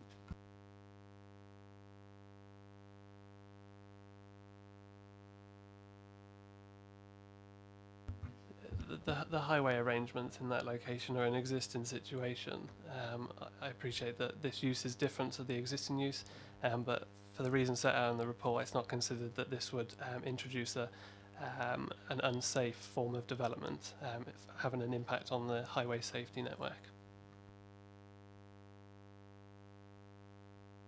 Anything else for the officers? Debate? Councillor Harvey. I recognise what the report says, and I thank the officers for it, and I thank the work that's gone into it in terms of giving us the information in front of us. I also know what the report doesn't say. And in that context, while we're raising these issues, I think quite rightly, of highways implications, what I don't have in the report is any commentary of satisfaction in my mind that does cover the safety point in one. Because what we have here is a situation where we are talking about a change of use of the building from what is a hardware store to a takeaway. Therefore, we're talking about a different, in a sense, use of those car parking spaces to access the takeaway. Therefore, the interaction of those vehicles into the main road is different, and we're talking about it, I think, across the course of the time that's being shown that it will be open till, so late in the evening, or to 11 o'clock. I think the issue of the delivery vehicles is a very important point. We can't have it both ways. It can't be that that side area is used for staff parking and that the delivery vehicles are in no way given in this information. It might well be conditioned, and I can understand sticking a condition on it, but actually I'd like to see it for us as the committee to be satisfied that this particular issue, which is important, having experienced it in other places where deliveries are critical to the impact on the local highway, particularly in built-up residential areas, I would want more satisfaction, and I have no issue with the officers, but I have in terms of a condition, implementing the condition, what it is I want the committee to see that information, and I want to be able to make a judgment on it as a member of the committee in front of me, and I don't have it, and we don't have it in front of us. So that is a concern to me, and I would want to see a management plan of those deliveries, and I want to see a management plan of the staff for parking. I would want to understand how those delivery vehicles are turning in and out of that space and how they're going to manage it in and out of the highway, and none of that is part of the information in front of us. I'd also want to raise the issue about the waste and storage collection, There is no waste storage details. It is clear in our policies that we require that. We require it of many other applicants that bring their applications to us. It is not part of this application. The applicant said he had not put it as part of the application. He openly admitted that. And while again it can be conditioned, what we don't have is where, we don't have how, we don't have any of the elements in terms of the waste, and what provisions, where it will be maintained, the condition it will be maintained in, and that relates to the issues of a takeaway. We're talking about waste associated with the takeaway, which is of course significantly different from a hardware store. So again, we're talking about something I think which is a material consideration. I would also raise the point that in terms of the vermin, while that can be dealt with, a waste collection issue is very relevant if the vermin is an issue there at the moment. And so again, I would want to be satisfied before coming to a decision on those particular points. And at the moment, because of those issues, I am not persuaded at the moment that I could support the application, but I'm yet to be persuaded by the debate that takes place around the committee. Councillor Bound, and Thank you, Chair. Aside from the possible parking problems, I mean, I had cause to visit that shopping parade, even from Tadley, to the hardware shop, when it was a hardware shop, on the recommendation of Donald Sherlock, who used to use it. And my experience of using that shop was that there were very few people used it. I mean, when I went there was nobody. So I think there's going to be an intensity in terms of parking and usage there, from 11 in the morning, possibly, until 11 at night. So I'm not convinced either by... I appreciate the report and the work that's gone into it, conclusions that are reached, but they're not my conclusions. So at the moment, I can't support the application. Councillor Potter. Just following on from the comments of Councillor Harvey and Councillor Ban, I mean, I know the report is very clear in talking about the reported vermin problem in the area not being a material planning consideration to be dealt with separately by environmental health, but I think there's a natural connection there with the lack of information and inevitable consequence of change of use in terms of waste storage and collection. It just seems to me, whilst the report talks about, as no details have been submitted in this regard, it is considered necessary for the developer to agree a method of suitable bin collection, future tense, and when a condition can be imposed in that regard. I find it surprising that that information can't have been obtained earlier rather than later to give confidence to the application that we have before us. And I think, coupled with the commentary that Councillor Harvey's made already in regard to traffic use and the delivery elements of this, perhaps in conflict with parking provision made for staff, there is a logic in us deferring this application this evening for this further information to be provided. I think, I'm not going so far as to say I reject the application, but I think we should defer it, get that additional information so that we can consider this properly with that further information available to us, Chair. Are you moving that as a motion, Councillor Potter? Chair, thank you. Thank you very much. Is that seconded? Councillor Mahaffey, you're still on the list if you want to speak. Yes, please, Chair. I think it's actually been covered already far more eloquently by Councillor Harvey than I can put. But I think one of the speakers earlier did mention the bus stop outside. I just wanted it noted in council. I don't think we've said that so far, or in committee, sorry. And I can see people parking in that bus stop. Perhaps we should ask the bus company for some sort of commentary as well. I don't know. Thank you. Right, do we have a seconder from Councillor Potter? Councillor Sven-Goderson is seconding a deferment. If I can just wrap it around why we're deferring, we want more information on the storage and waste facilities. That should be enunciated much in an expansive way in this particular application, and also some form of transport methodology plan. I don't know what the wording might be, but to understand fully the interaction between deliveries and the staff parking. I think that's the main elements of this. Remind me if I've missed anything. And the bus and the interaction with the bus stop and parking areas, the main highways. I think a commentary from highways on these particular issues would be appreciated. Officers? Thank you, Chair. Well, I entirely agree with your first 2 points in terms of what the committee have recorded in terms of waste storage, and then the parking and delivery management plan, I guess, is the information that you're looking for. I think in terms of the existing highways conditions, though, there's not a great deal, I think, that can be added. I think the existing highways conditions are as they are, if you like. I think it's entirely before the committee to take those into account in considering whether the use is appropriate or not when it comes back in future, but I don't think there's anything more that we would be able to bring back in terms of information other than what is already in existence. Any more comments, members? Right, I'll put it. Oh, Councillor Robinson. Thank you, Chair. I do have a slight concern about the deferment. It's not that I don't support it, but based on previous deferments, when things have come back, we've only been able to discuss the reason for which it was deferred. And to my mind, this whole thing hinges not just on the parking for the deliveries and the stuff, but on the whole parking thing situation completely.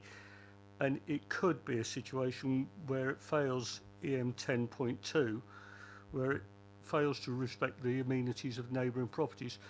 I'd be happy with the deferment, providing if it was so decided that we wanted to fail this on that thing, that would still be an option.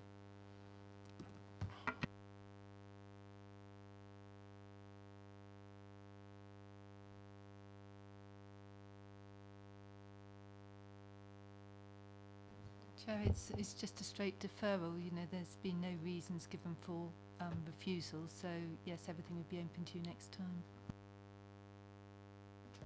Did you all hear that? Yep. Yes, Councillor. Just in terms of process, we get to debate the issues and the information. Thank you. Yes, so it's a question. We go straight to debate. That's the standard for referrals. We don't have speakers again anymore because it's coming back with the 2 different elements and 3 different elements that we've asked for. All right. It's been duly moved for deferment with the reservations that we've placed upon that deferment. All those in favour?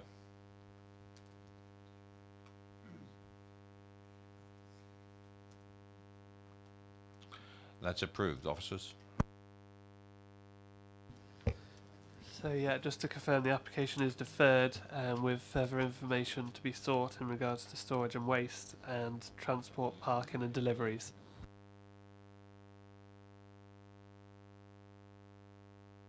Right, moving on to item number 5, land adjoining 1 Flex Ditch, Little London Road, Silchester. And if I could ask Mr. Beals to come forward, please.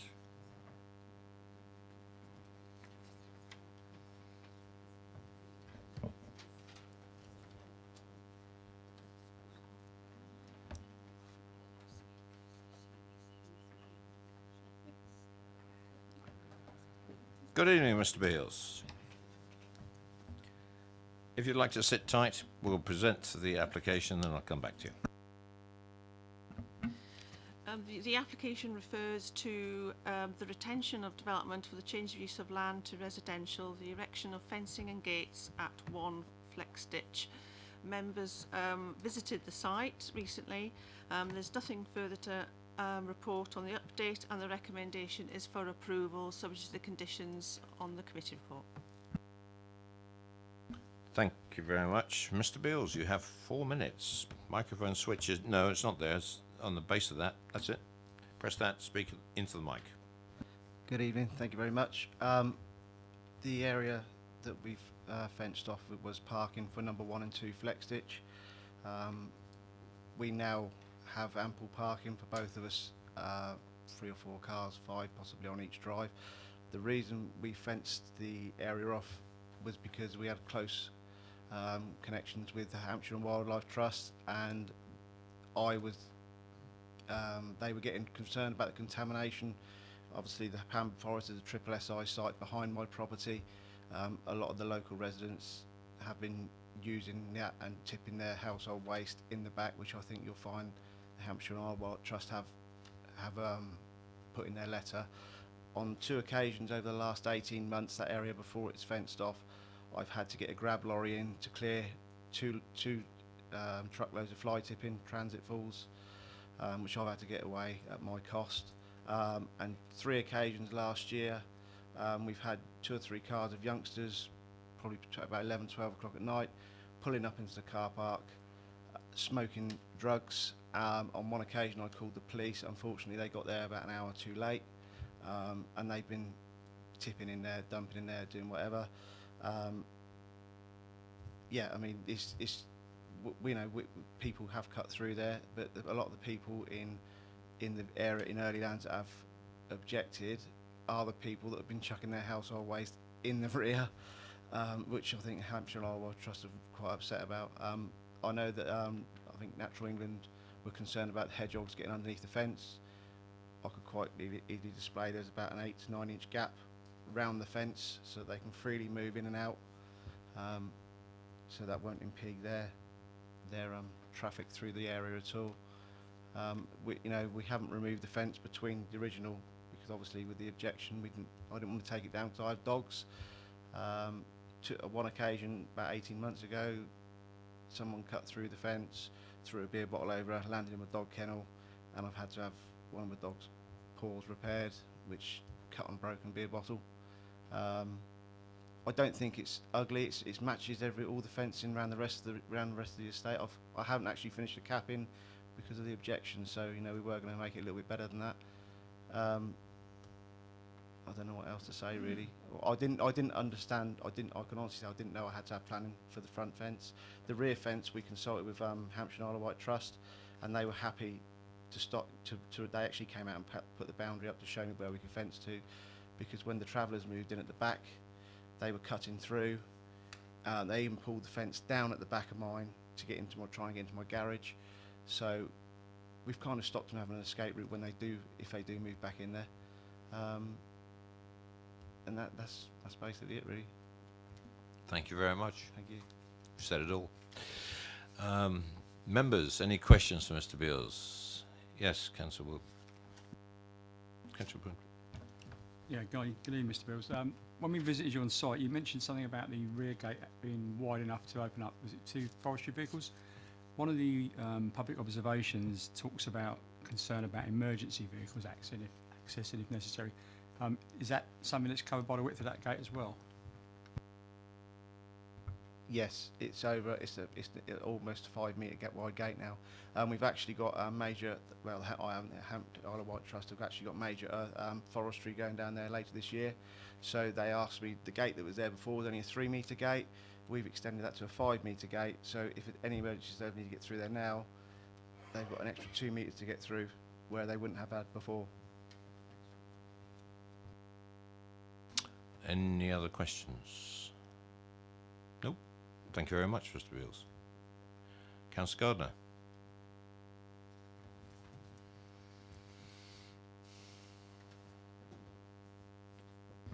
Thank you. Mr. Off you go. Chairman. I've listened to the applicant and I've read the officer's report, and there's nothing in there that I would object to had it not been for the footpath that went through the property. If you look at the map, you can clearly see that the footpath is right at the extreme edge of that piece of property that's been fenced off.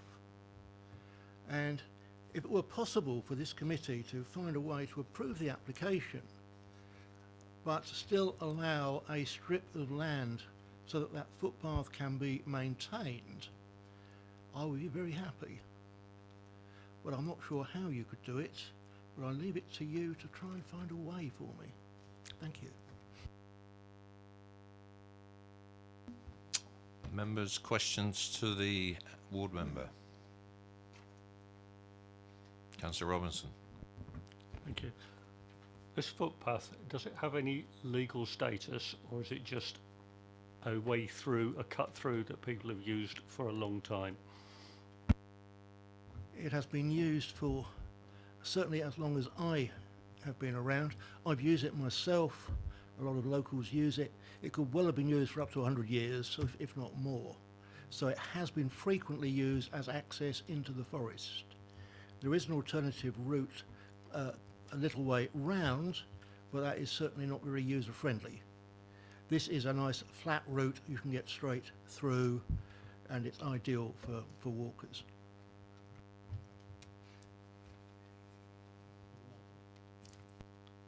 Okay. Does it have any legal status? Is it a public right of way or is it a cut through? As the report states, it is not a public right of way. It is a cut through into the forest which has been used for generations. Thank you very much. Any more questions for the ward member? No. Thank you, Councillor Gardner. Questions to officers? Certainly, Councillor Leeks. Can somebody on that slide show me where this piece of footpath is?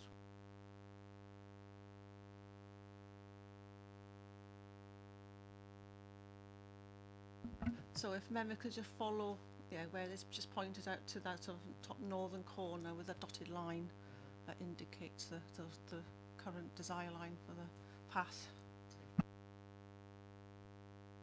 Councillor Bound. And is access to that path, can it be accessed from the left, so to speak, the right angles to it, behind that piece of land edged in red?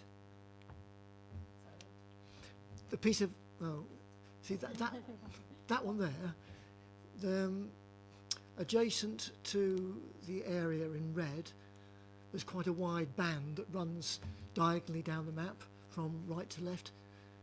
Can that be an access to that footpath? I think you're referring to the rear of is it 5 to 10?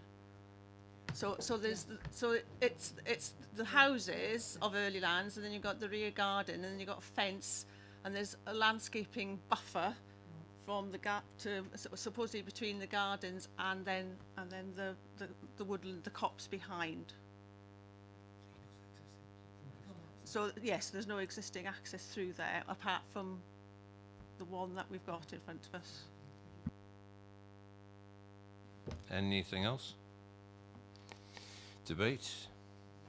Councillor Robertson. In planning law, is there anything we can use to keep that footpath open and prevent this from being fenced off? As reported on page 166 of the report, the land in question and the SSI is owned by the Wildlife Trust, and they could erect a fence and close the path off tomorrow if they wanted to. So obviously we've got the current application which does just that, and given the fact that it's not just a definitive right of way, there's no requirement to keep it open as such. But we appreciate that there are measures that the people can, to make a claim that the right of way, that it is a right of way. There's obviously a procedural element that they can go through, but that doesn't prevent the determination of this application. Councillor Leeks. And technically we're in debate, but let's get this over with the officers. If this hadn't been such a high fence, would we be dealing with this at this meeting? It would still, the enclosure with the fence would obviously result in the change of use, so you'd still be considering the change of use into garden land. Councillor Potter. I know what you just said a minute ago. Can I have some discretion just to ask one question, which I meant to ask? The Silchester Parish Council makes the point that if it had a gap in the fence at, both where it abuts the cul-de-sac and then at the other end, a metre wide, that would allow the facility, goes without saying, for people to walk through. I understand the implications of that, of course, and the applicant would say, well, that's not going to fulfil the purposes for which I'm putting the fence up in any case, really. But we've got no authority to obligate the fence, the provision of the fence to have that gap in it, have we? It's as before you to make a consideration and a determination. Right, I'll try again. Debate. I'll kick something off because I think it's been explained by the officers and we saw it all on site, and so did the applicant, made his case. I would just like to say that this is a triple SI. I think we're all sensitive to the protection that's necessary for triple SIs, but I also go along with the fact that the applicant has actually liaised very closely with the Wildlife Trust, and he's actually created an access for them to facilitate the management of the triple SI, because they wanted to do some considerable tree management, would you believe? And the only way they could do it is to gain access with some fairly hefty vehicles, because I think that is required. And whatever the arrangement he came with the Wildlife Trust, he's actually facilitating the management of that triple SI through these gates. And I think the officers have just described, anybody can make that claim, by the way. It doesn't need to be a parish council. In law, as I'm understanding it, anybody can make a claim to establish that as a right of way. And it's that procedural element that was described earlier. But it's not included in this application for all the good reasons. And it's, we discussed it when we were on site. It's the change of use is the primary reason for the planning application, but also to have a fence that high next to the highway. That's another one, because I've had to do the same thing myself in my own property. It's because you abut the highway, you've got to get the planning permission. So I see nothing to raise an objection to this, and I'll certainly support the application. I don't know if, I'll move it from the chair if somebody would like to second it. Councillor Janet, Mrs. Westbrook. Okay, thank you for that. If there's no more debate, I'll put this to the vote. It's been moved and seconded for approval. All those in favour?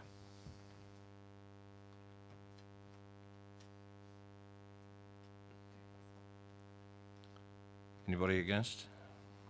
No, no abstentions. Thank you very much. That's approved, officers. The application has been approved, subject to the condition referring to the plans submitted with the application. Right, moving on to item number 6, Millets Brow in Newton Common, Newbury. And it's Boroughclere. It's still in Basingstoke-Dean. And Mr. Wake, please.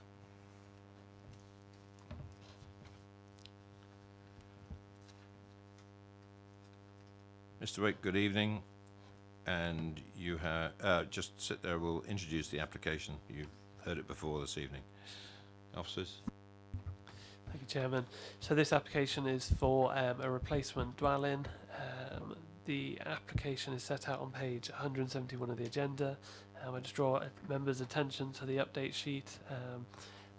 Comments received from Environmental Health have requested conditions be applied should the application be approved. And the application is recommended for refusal for the reasons that are set out on page 171. Thank you. Thank you. Mr. Wake, you have 4 minutes. Good evening. Thank you to Councillor Izzet for bringing this proposal to you, and thank you for coming out, those who were able to last week, and for you all to consider it this evening. Our hugely experienced architect, my wife and I spent months designing and redesigning this proposal to create a good-sized, well-thought-out family home on a challenging site. We are not builders looking for a quick profit. This is a family project for our forever home. Our aim was to design a spacious 5-bedroom house that our plot could happily accommodate without ascending to the heights of a 3-storey dormer, which is common practice for a 5-storey house. As you have seen and read, Mr. Stock's principal concern is scale, bulk, massing and proportions of the building. Our weakness in defending this is the 2-dimensional plans that you've got. I hope on your visit that you've got a feel for how the building would work in reality, the way each small section is set back from each other with shadow gaps or angles. In reality, this will take the eye on an interesting, pleasant and unusual track around the building, rather than the simple flat line drawing that the planning team get to judge it on. The reason for refusal is the mass scale and proportions, etc., would be detriment to the street scene, and therefore it would not represent a high quality development contrary to policies. But on page 176, Mr. Stock states that the proposal is appropriate to its plot, which suggests that he's content with the size of it. And further, on page 176, Mr. Stock states, while the replacement dwelling would be more prominent within the street scene, it is considered that the dwelling would not be significantly visually intrusive in the landscape, and therefore is in accord with SS6D establishing the principle of development. Surely this counters the argument of it being detrimental to the street scene. Also, page 183 in the heritage summary, while referring to the listed building next door, North Lodge, Mr. Stock states that due to the surrounding modern developments and intervening vegetation, it is considered that the proposal would not result in harm to the setting of this heritage asset, and therefore would be in accordance with policy, again negating the impact on the street scene.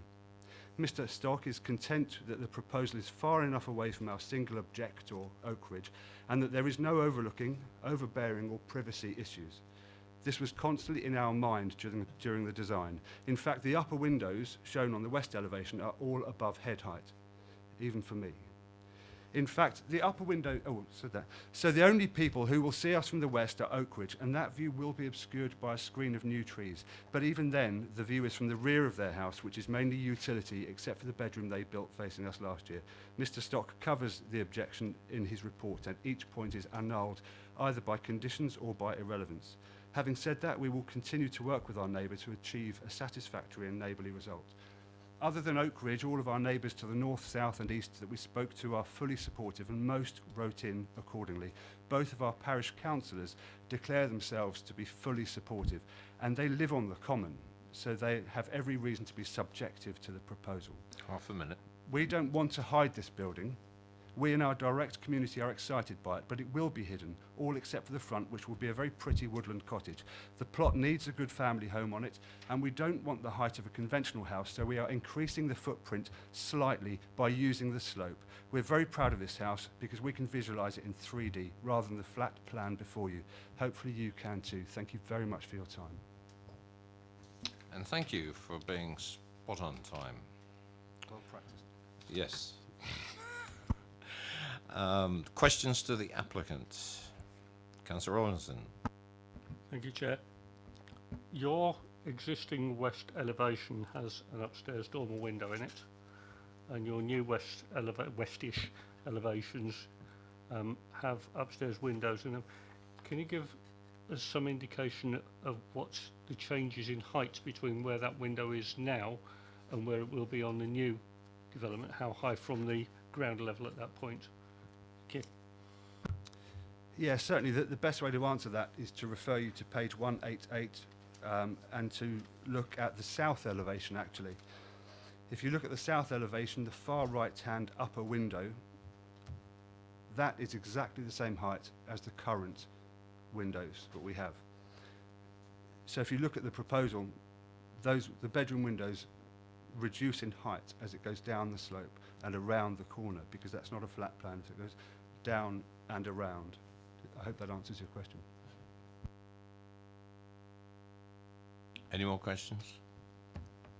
I have to comment that you are spot on when you say you've got to visit that site, because the 2D rendering here doesn't do this justice at all. It was the appreciation of the site.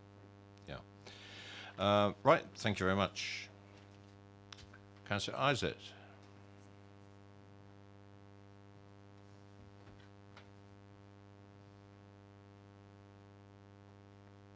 Good evening, Councillor. Good evening, Chairman. Good evening, councillors and officers. This report is, as one would expect, comprehensive and well written, but I have to say that I'm rather puzzled at the recommended refusal. On a number of planning grounds, the proposal seems to me to strongly support a case for approval. The recommendation for refusal largely turns on the design of the new house, covered by our policy EM10. This seems to me to be a subjective view about the architectural merits, particularly of the roof design. I happen to think that it would be a well-designed contemporary home which addresses a difficult sloping site well. As we've heard, Mr. Wake has employed an experienced chartered architect. Mr. Mathewson is the senior partner of his Lambourne-based practice and has been practicing since 1983. I think this is reflected in an imaginative, modern design which minimises the impact on neighbours and the surrounding visual amenity and street scene. The site is, as we've heard, well screened and is a wooded location. So I think that what you have here is an imaginative contemporary design with some interesting articulation on the elevations. The report accepts that the site is large. It's about 1/3 of an acre, and it's large enough for the new home that is being proposed, and therefore is not overdevelopment. The report also accepts that the development would not be visually intrusive on the landscape or adversely impact on neighbours. In the context of the current problematic 5-year housing supply situation, and therefore the primacy of the MPPF, I do struggle to understand how the supposed adverse impacts of permitting this development would significantly and demonstrably outweigh the benefits of replacing a small, inadequate, and if we're talking about design, rather ugly 1940s bungalow with a modern 5-bedroom family home. Thank you. Thank you, Councillor. Members, any questions for the ward member? Nope. Thank you very much. Questions to officers? Nope. Debate. Councillor Robinson, followed by Councillor Potter. Thank you, Chair. I've looked at this and I've looked at EM10 and I can see absolutely no conflict with any part of EM10 in my view, and on that basis I move for approval. You move for approval and be prepared for the reasons for approval? Yep. Fine. Councillor Potter? I support Councillor Robinson's view. I know Russell won't be offended by this. And those of us who went on the site visit, well, I think genuinely, I think we, if you'd read the report and left the conclusion to the end, I say this with respect, would have been surprised at the conclusion really, because we felt, I think genuinely, it's a really good design. I think as Councillor Isaac has said, the site can take it. And it's going to be a dramatic improvement, I think, really, in regard to the dwelling that exists there at the present time. Obviously, it is. Subjectively, I have to say I wasn't much impressed with the dwelling next door. I guess we gave approval for that. And I'm always bemused by people. Well, I was going to say people in glass houses shouldn't throw stones, really, but wasn't quite that, really. But I did find it interesting that might actually be the source of an objection to this one. But having said that, I genuinely say I believe the subjective provisions of EM10, in my view, are satisfied by what we have before us, and I would like to see this application approved, and I hope it turns out to be the sort of family unit that the applicant is saying that he and his family want for the future. And I think there'll be a consensus. I mean, certainly judging from our commentary that we made on the day, I'd be very surprised if we're not of one mind on that. And we'll all help Councillor Robinson in his reversal of the reasons for refusal. Is that a formal second? Thank you, Councillor Potter. And Councillor Westbrook. Just briefly, Chair, I think the applicant made a very good point, and hats off to the architect as well, because I think the 2D version that we saw when we sat in our pre-meet, we all thought, oh, this is a bit of a mess, until we got on site. And I think the good use of that land and the slopes to achieve what they wanted to do was very good, and I think we should, it's good that we should get more of those applications like that, really. Right, any more contributions? Councillor Mrs. Westbrook. Just very quickly, Chair. I think this is a very good example of the benefit of a site viewing, actually, because I think once we saw it on the site, in its context, the screening around it changed everything for me. Thank you for that. Any other contribution? Mike?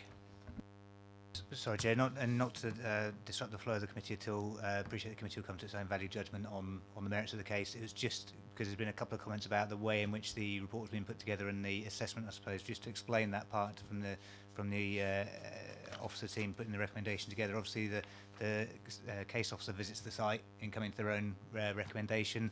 The case officer is then charged with balancing all of the issues, so that'll be both for and against. So, and a lot of the time there will be lots of things saying, the development accords with the development plan in lots of different ways, but it can turn on one particular point, and that is, I suppose, the officer role in giving you a full and frank assessment of the application.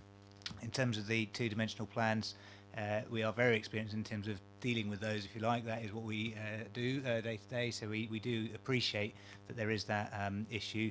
I fully understand what the applicant is saying in that sense. 2D plans can only go so far in trying to articulate the intention of the proposal, but just to reassure the members that in forming this recommendation, the officers would have gone through that same process in coming to that view. Thank you for that. Back to Councillor Robinson. Reasons for approval, please. So sorry, Councillor Harvey. Just quickly, I don't think in any way any of your committee is implying any criticism of anybody dealing with the office. So absolutely, totally understand why the officer came to the conclusion they came to. Concur. Yeah, on the record, and I certainly concur. Councillor Robinson, reasons for Thank you, Chair. approval. I've no problem with the report. I've just come to a slightly different opinion, which is always going to happen, isn't it?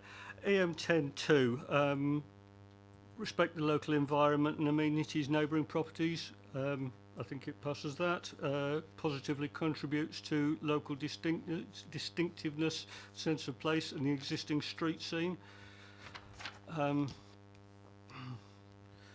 Provide a high quality amenity for occupants of developments and neighbouring properties. I don't think it affects anybody's neighbouring property really.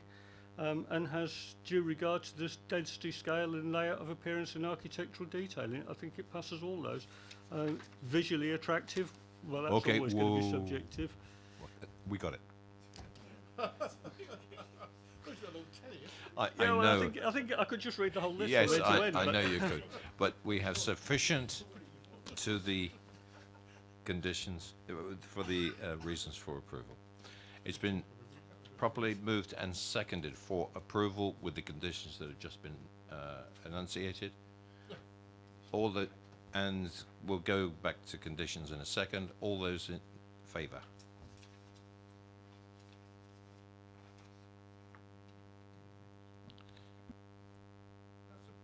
That's approved. Officers?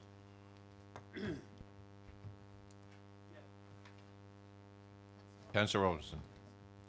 Sorry.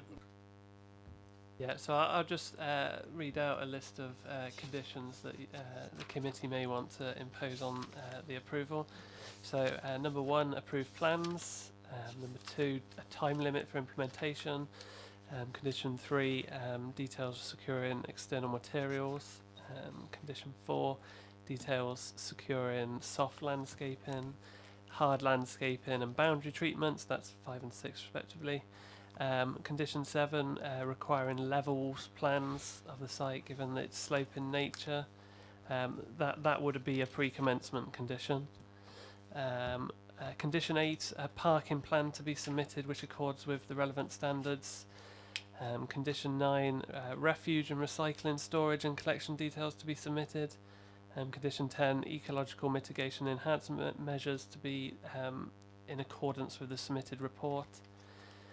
Condition 11, an arboricultural method statement and tree protection plan. Again, that would be a pre-commencement condition. Condition 12, a contaminated land condition. That again, pre-commencement. And condition 13, a verification of those, the contamination report. 14 and 15 would control the hours of work and delivery. Condition 16 would be to secure obscure glazing within the necessary windows. Apologies, note, condition 16 would be to secure details of a bedroom window.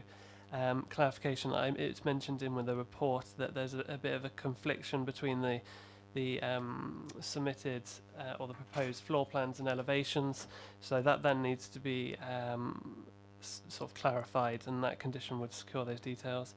Condition 17 would be in regards to obscure glazing. Condition 18 would be for the removal of permitted development rights for classes A, B and C.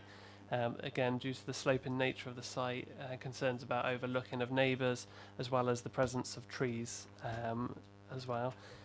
Condition 19 would be for no new openings, and condition 20, the standard water use condition in accordance with the M9.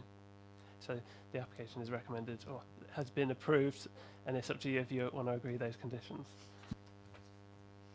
Are there any comments on the conditions that have just been applied? It looks like we've got something else coming in. Yeah, sorry, just to confirm that the pre-commencement conditions will need to be agreed with the applicant.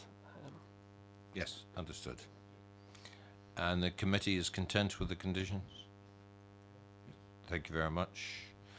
Right, that concludes the applications. Thank you very much. And we move to agenda item number 6 on page 191. And I turn this over to...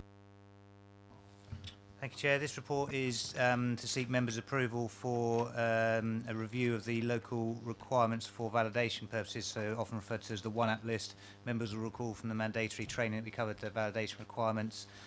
What this report is seeking to do is simply update the validation requirements as set out in paragraph 3.3 of the report, which in summary is to bring the requirements up to date in terms of references to the MPPF, which has obviously changed twice since the last time we did this, to correct 2 points regarding reference to the requirement for retail impact assessments to reflect local plan policies, and also the situations where a planning statement is required.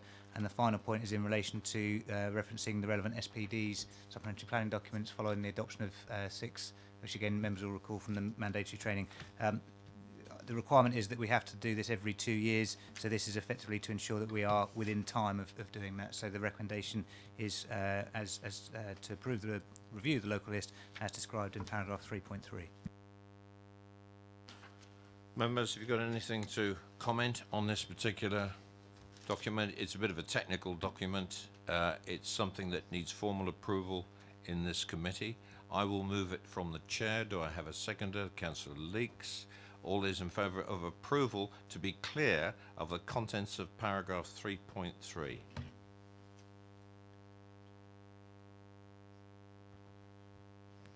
Thank you. That's approved unanimously.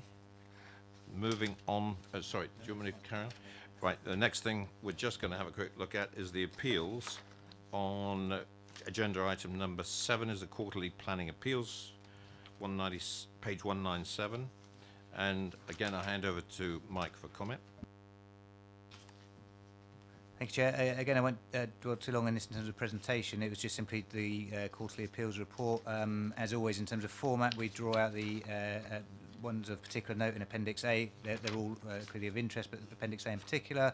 The reason for those two is that the first one was an appeal which is allowed for 3 dwellings in Skewers Hill, and the reason why we've drawn that to members' attention is because under policy SS6E, which is the policy which allows for development, small-scale development when there's a locally proved need, I think this is the first appeal where we've had a inspector supporting the proposal based on the level of evidence submitted in support of demonstrating that local need, which in this case was a housing supply local needs survey, in addition to combining that with information that the parish had published in terms of a planning statement. So it was the 2 documents combined. I think what it confirms is that it very much is the parish area that is relevant to defining local needs, as opposed to then simply referring back to general housing need.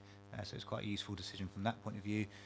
The other in Appendix A was in relation to land at Dixon Road, which was an appeal allowed for a single gypsy and traveller pitch. Members may recall that there was a previous application for 3 pitches refused and dismissed at appeal. The inspector in this decision made particular reference to the fact that this appeal was for a markedly different scale, having gone from 3 to 1, and therefore came to a different conclusion. And in doing so, the lack of affordable and available pitches within the borough was referenced in the balance in favour of the appeal. So they were the 2, Chair, that I draw to the committee's attention. Fine, and the others in there are for information unless any member wants to raise any comment about the other appeals. And that, ladies and gentlemen, is the end of development control for this evening. Thank you very much for your time. And officers also. Appreciate it. Thank you very much.